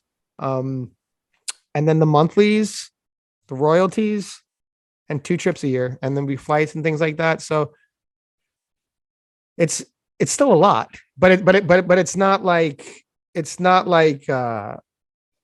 there's a few things that are just basic, like basic common things that you have for business that if I just had those basic things, it would make it more difficult for us. So it's just like right now we're just doing with the minimum and just putting some elbow grease in, which is perfect because like everyone, like it suits everyone's personality. We're all like, I'm a street kind of like I'm a scrappy kind of guy. So I'm down to like, do without in some situations. And I think just everyone as being bladers are kind of used to that energy as like the common. So like, I don't know. I feel it's good.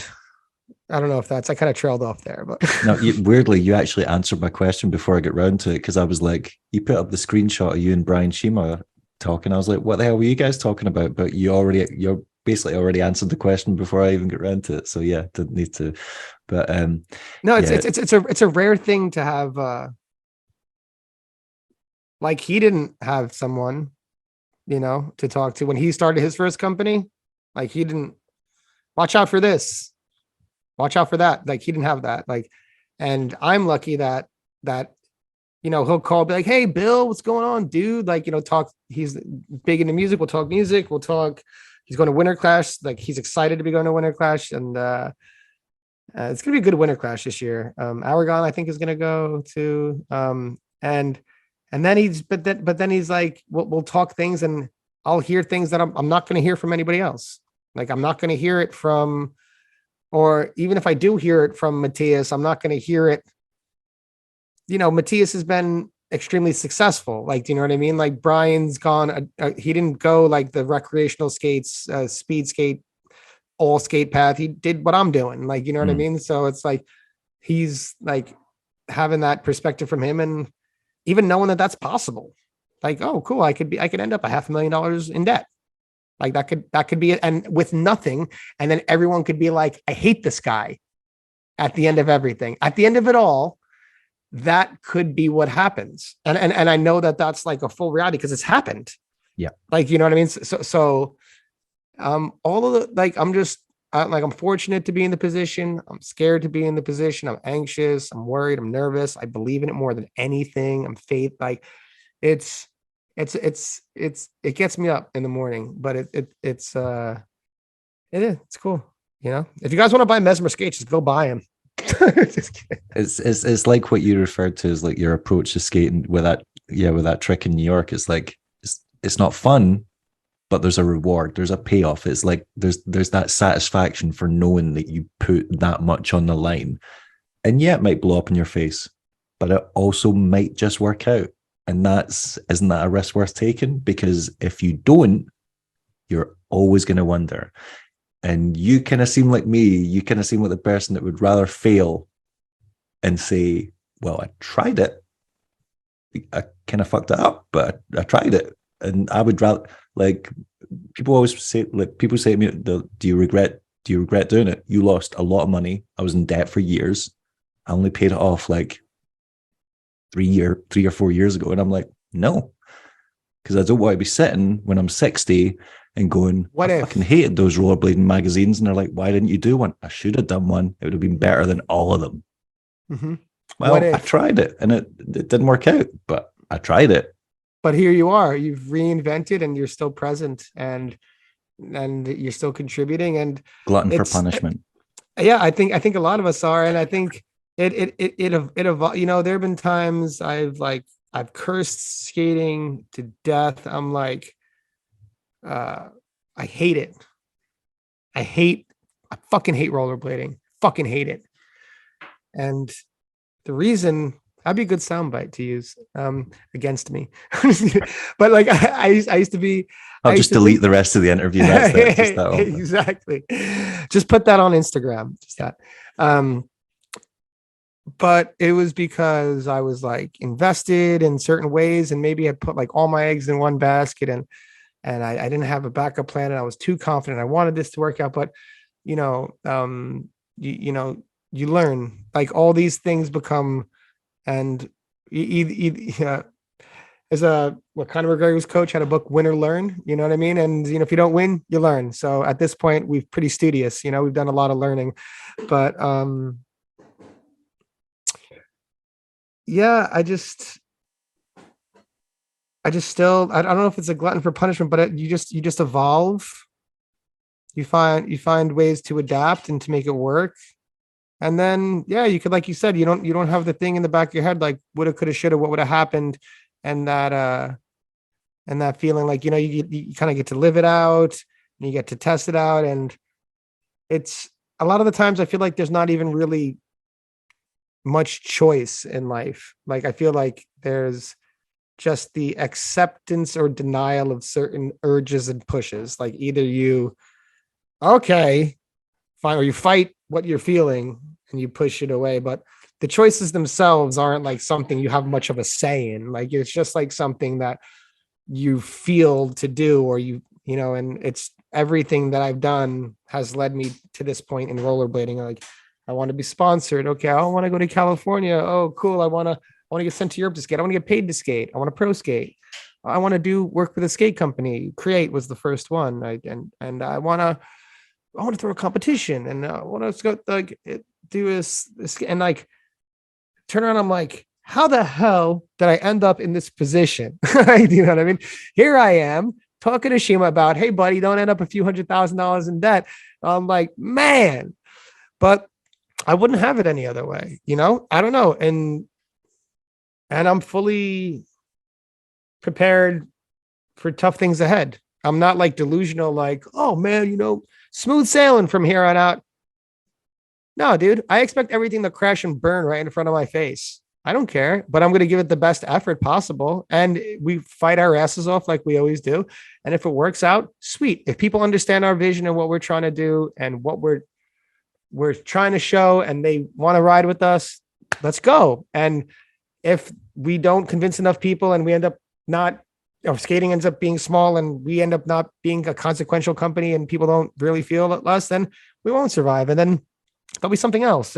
But we'll still be doing the skating thing because it's so deeply intertwined into who we are with like the relationships. Like I wouldn't want to think of a life without interacting with some of these individuals. Like, you know what I mean? Like this guy, Mark, is like, I love this guy, like Mark, and, John is like a brother of mine, you know what I mean? And so this is the thing that binds us among many other things. And we're in this struggle together. And, people had worse struggles back in the day. This is just like rollerblading. We're all like eating every day. Like, you know what I mean? It's like, we have like a roof under it. It's not like we're in like 1500s dark ages. Like, I don't know what was happening in some of those parts of Europe, but I'm sure it was pretty tough, right? It's weapons and stuff. Cholera was happening.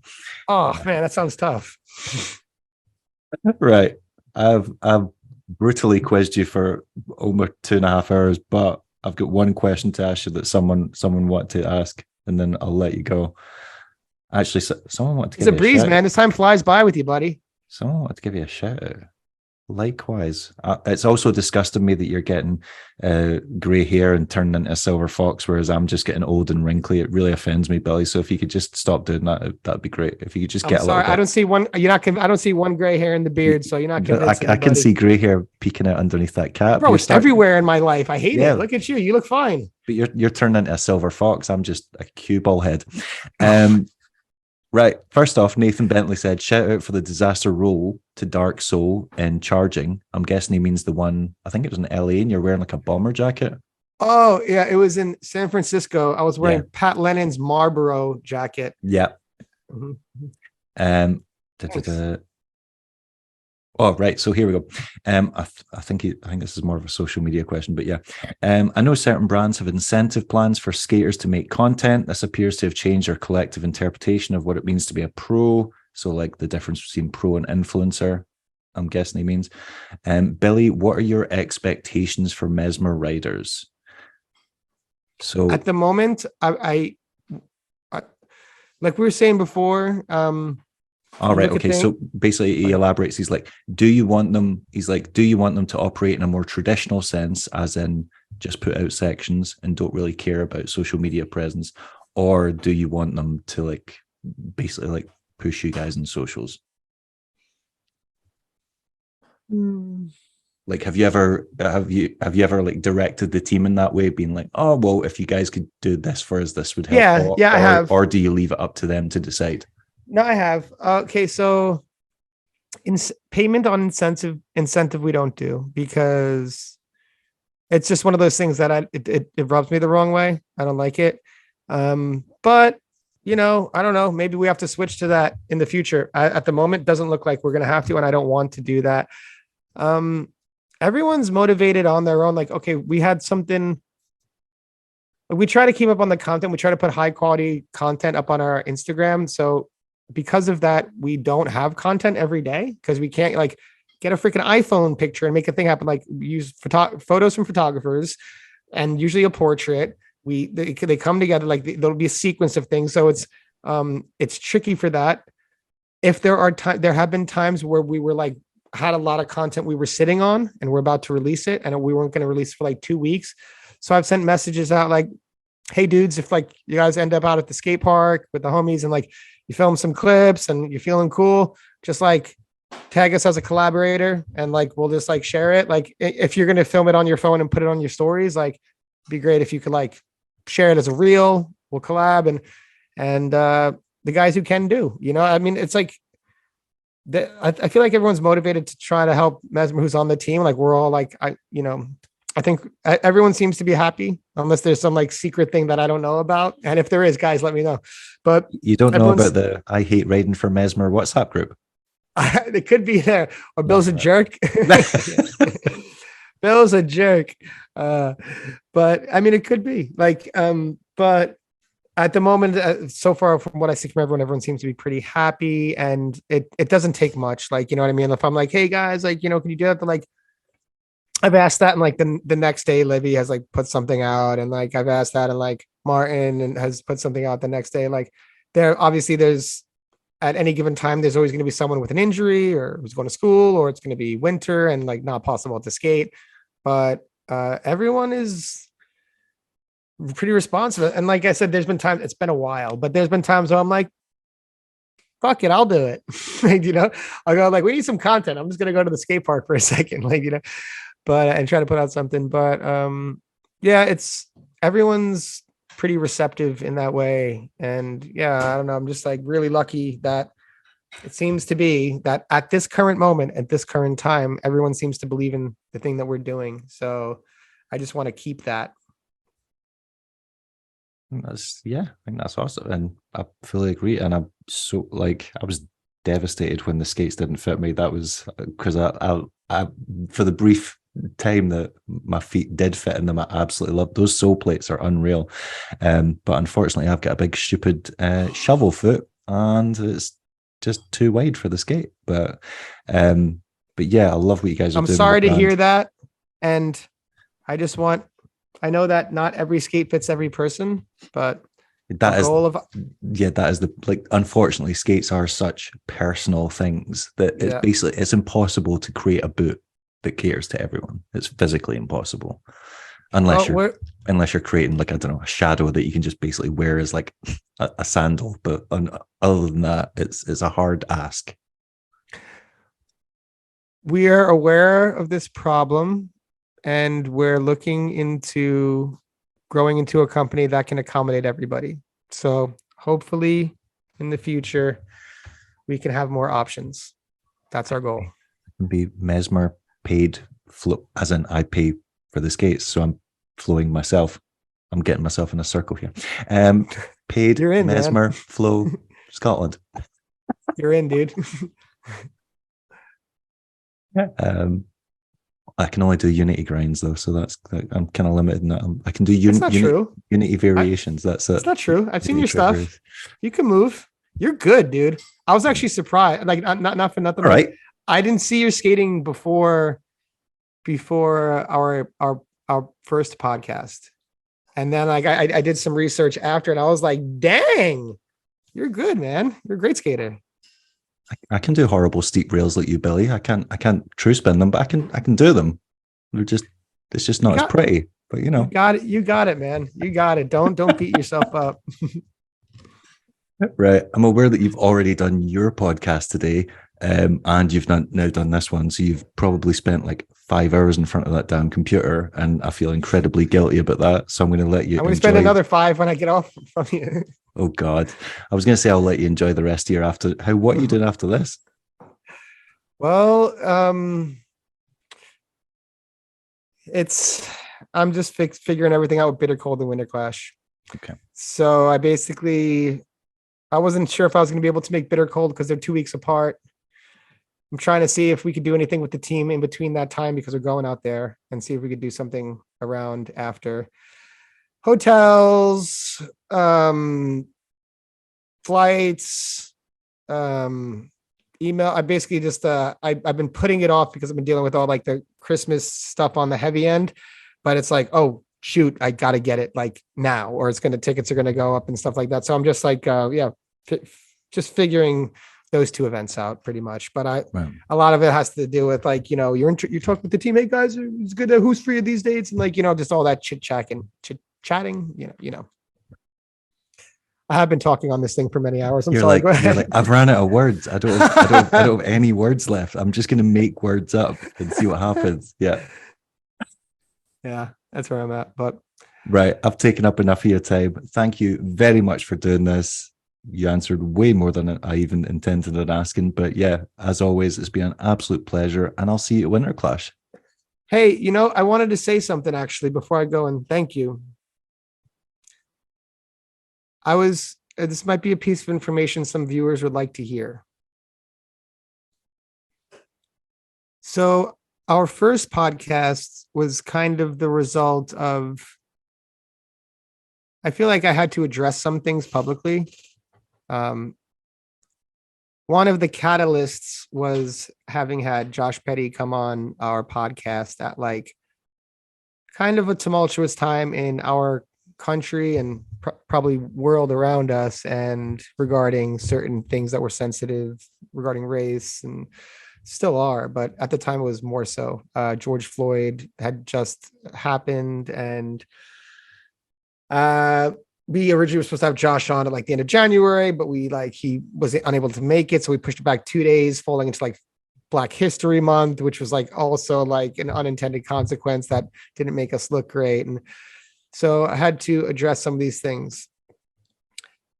I thought some people might like to know, as a random piece of information, that Josh actually reached out to me like 2 weeks ago. And he said, hey, you got a second? And I said, okay. I haven't spoken to him since. And I said, since we did the podcast. And I said, okay. So he basically wanted to express to me that he wasn't proud about what he said at the end of the episode. And he has changed his mind on it. He thinks he was wrong. He's made some new friends that come from different parts of the country. And these friends are people of color. And they basically shed some light or helped grow his perspective in a certain way. And he asked, would you mind, I know it's a lot to ask, but I would like to remove that part from the podcast, and I'd like to write a statement, like basically saying how he's changed the way he's thought about the subject.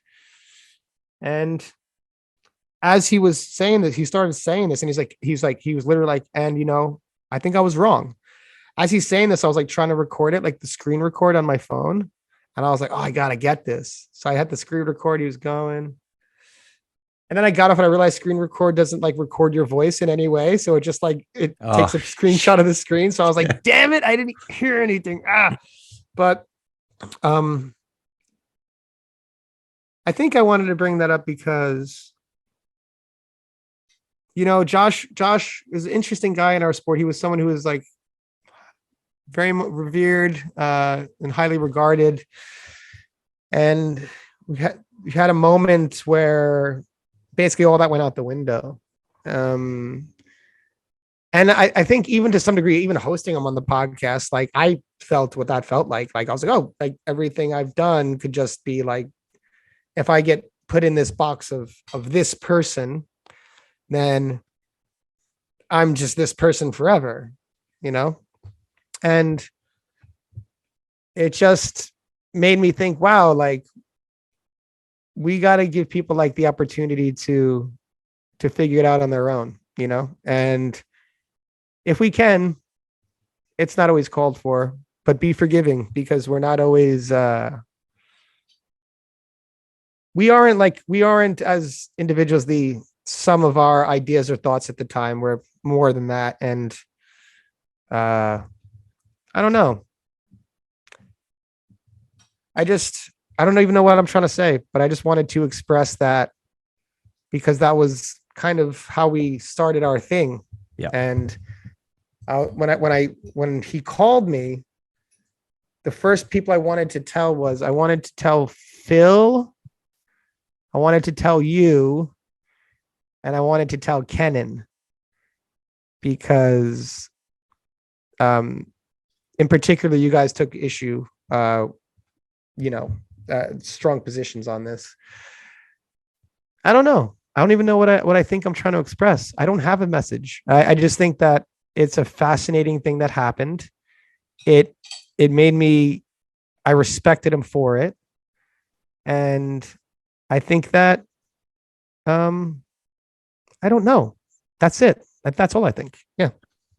I think that shows. I mean, I'm never going to agree with Josh on certain things, and I think I was pretty fair about what happened with Jump Street. I do too. I think you didn't jump down anyone's throat. I was able to see it from both perspectives. Yep. Well, yes, I did disagree, but I do think that does say a lot for Josh, and the fact that he could have just let it slide. He could have just been like, stand by what I say. I'm not changing. Mm-hmm. If that's the world around me, so be it. I don't have to partake. But the fact that it's clearly weighed on his mind either the whole time, or at least a significant enough amount of time that he's felt the need to reach out to you out of the blue and address it. And the fact that he's doing so with humility and remorse, I think that's a good thing. And I think it paints a positive picture of his personality, that he is sitting there and thinking about it and not just going, that's everyone else's problem. Yeah.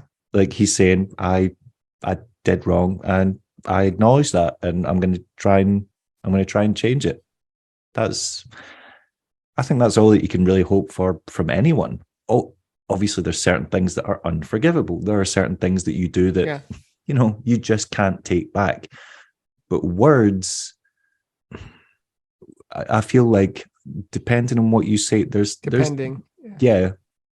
And I do feel that even though I didn't agree with what he said, I didn't think at any point it was malicious or ill-willed. I just thought it was misinformed and naive. Ignorance, yeah. And I feel like now he's got a greater perspective, and it sounds like you said he spoke to people who are telling him things, and he's actually taking it on board rather than just going, oh, well, I disagree, end of discussion, because that was his kind of stance.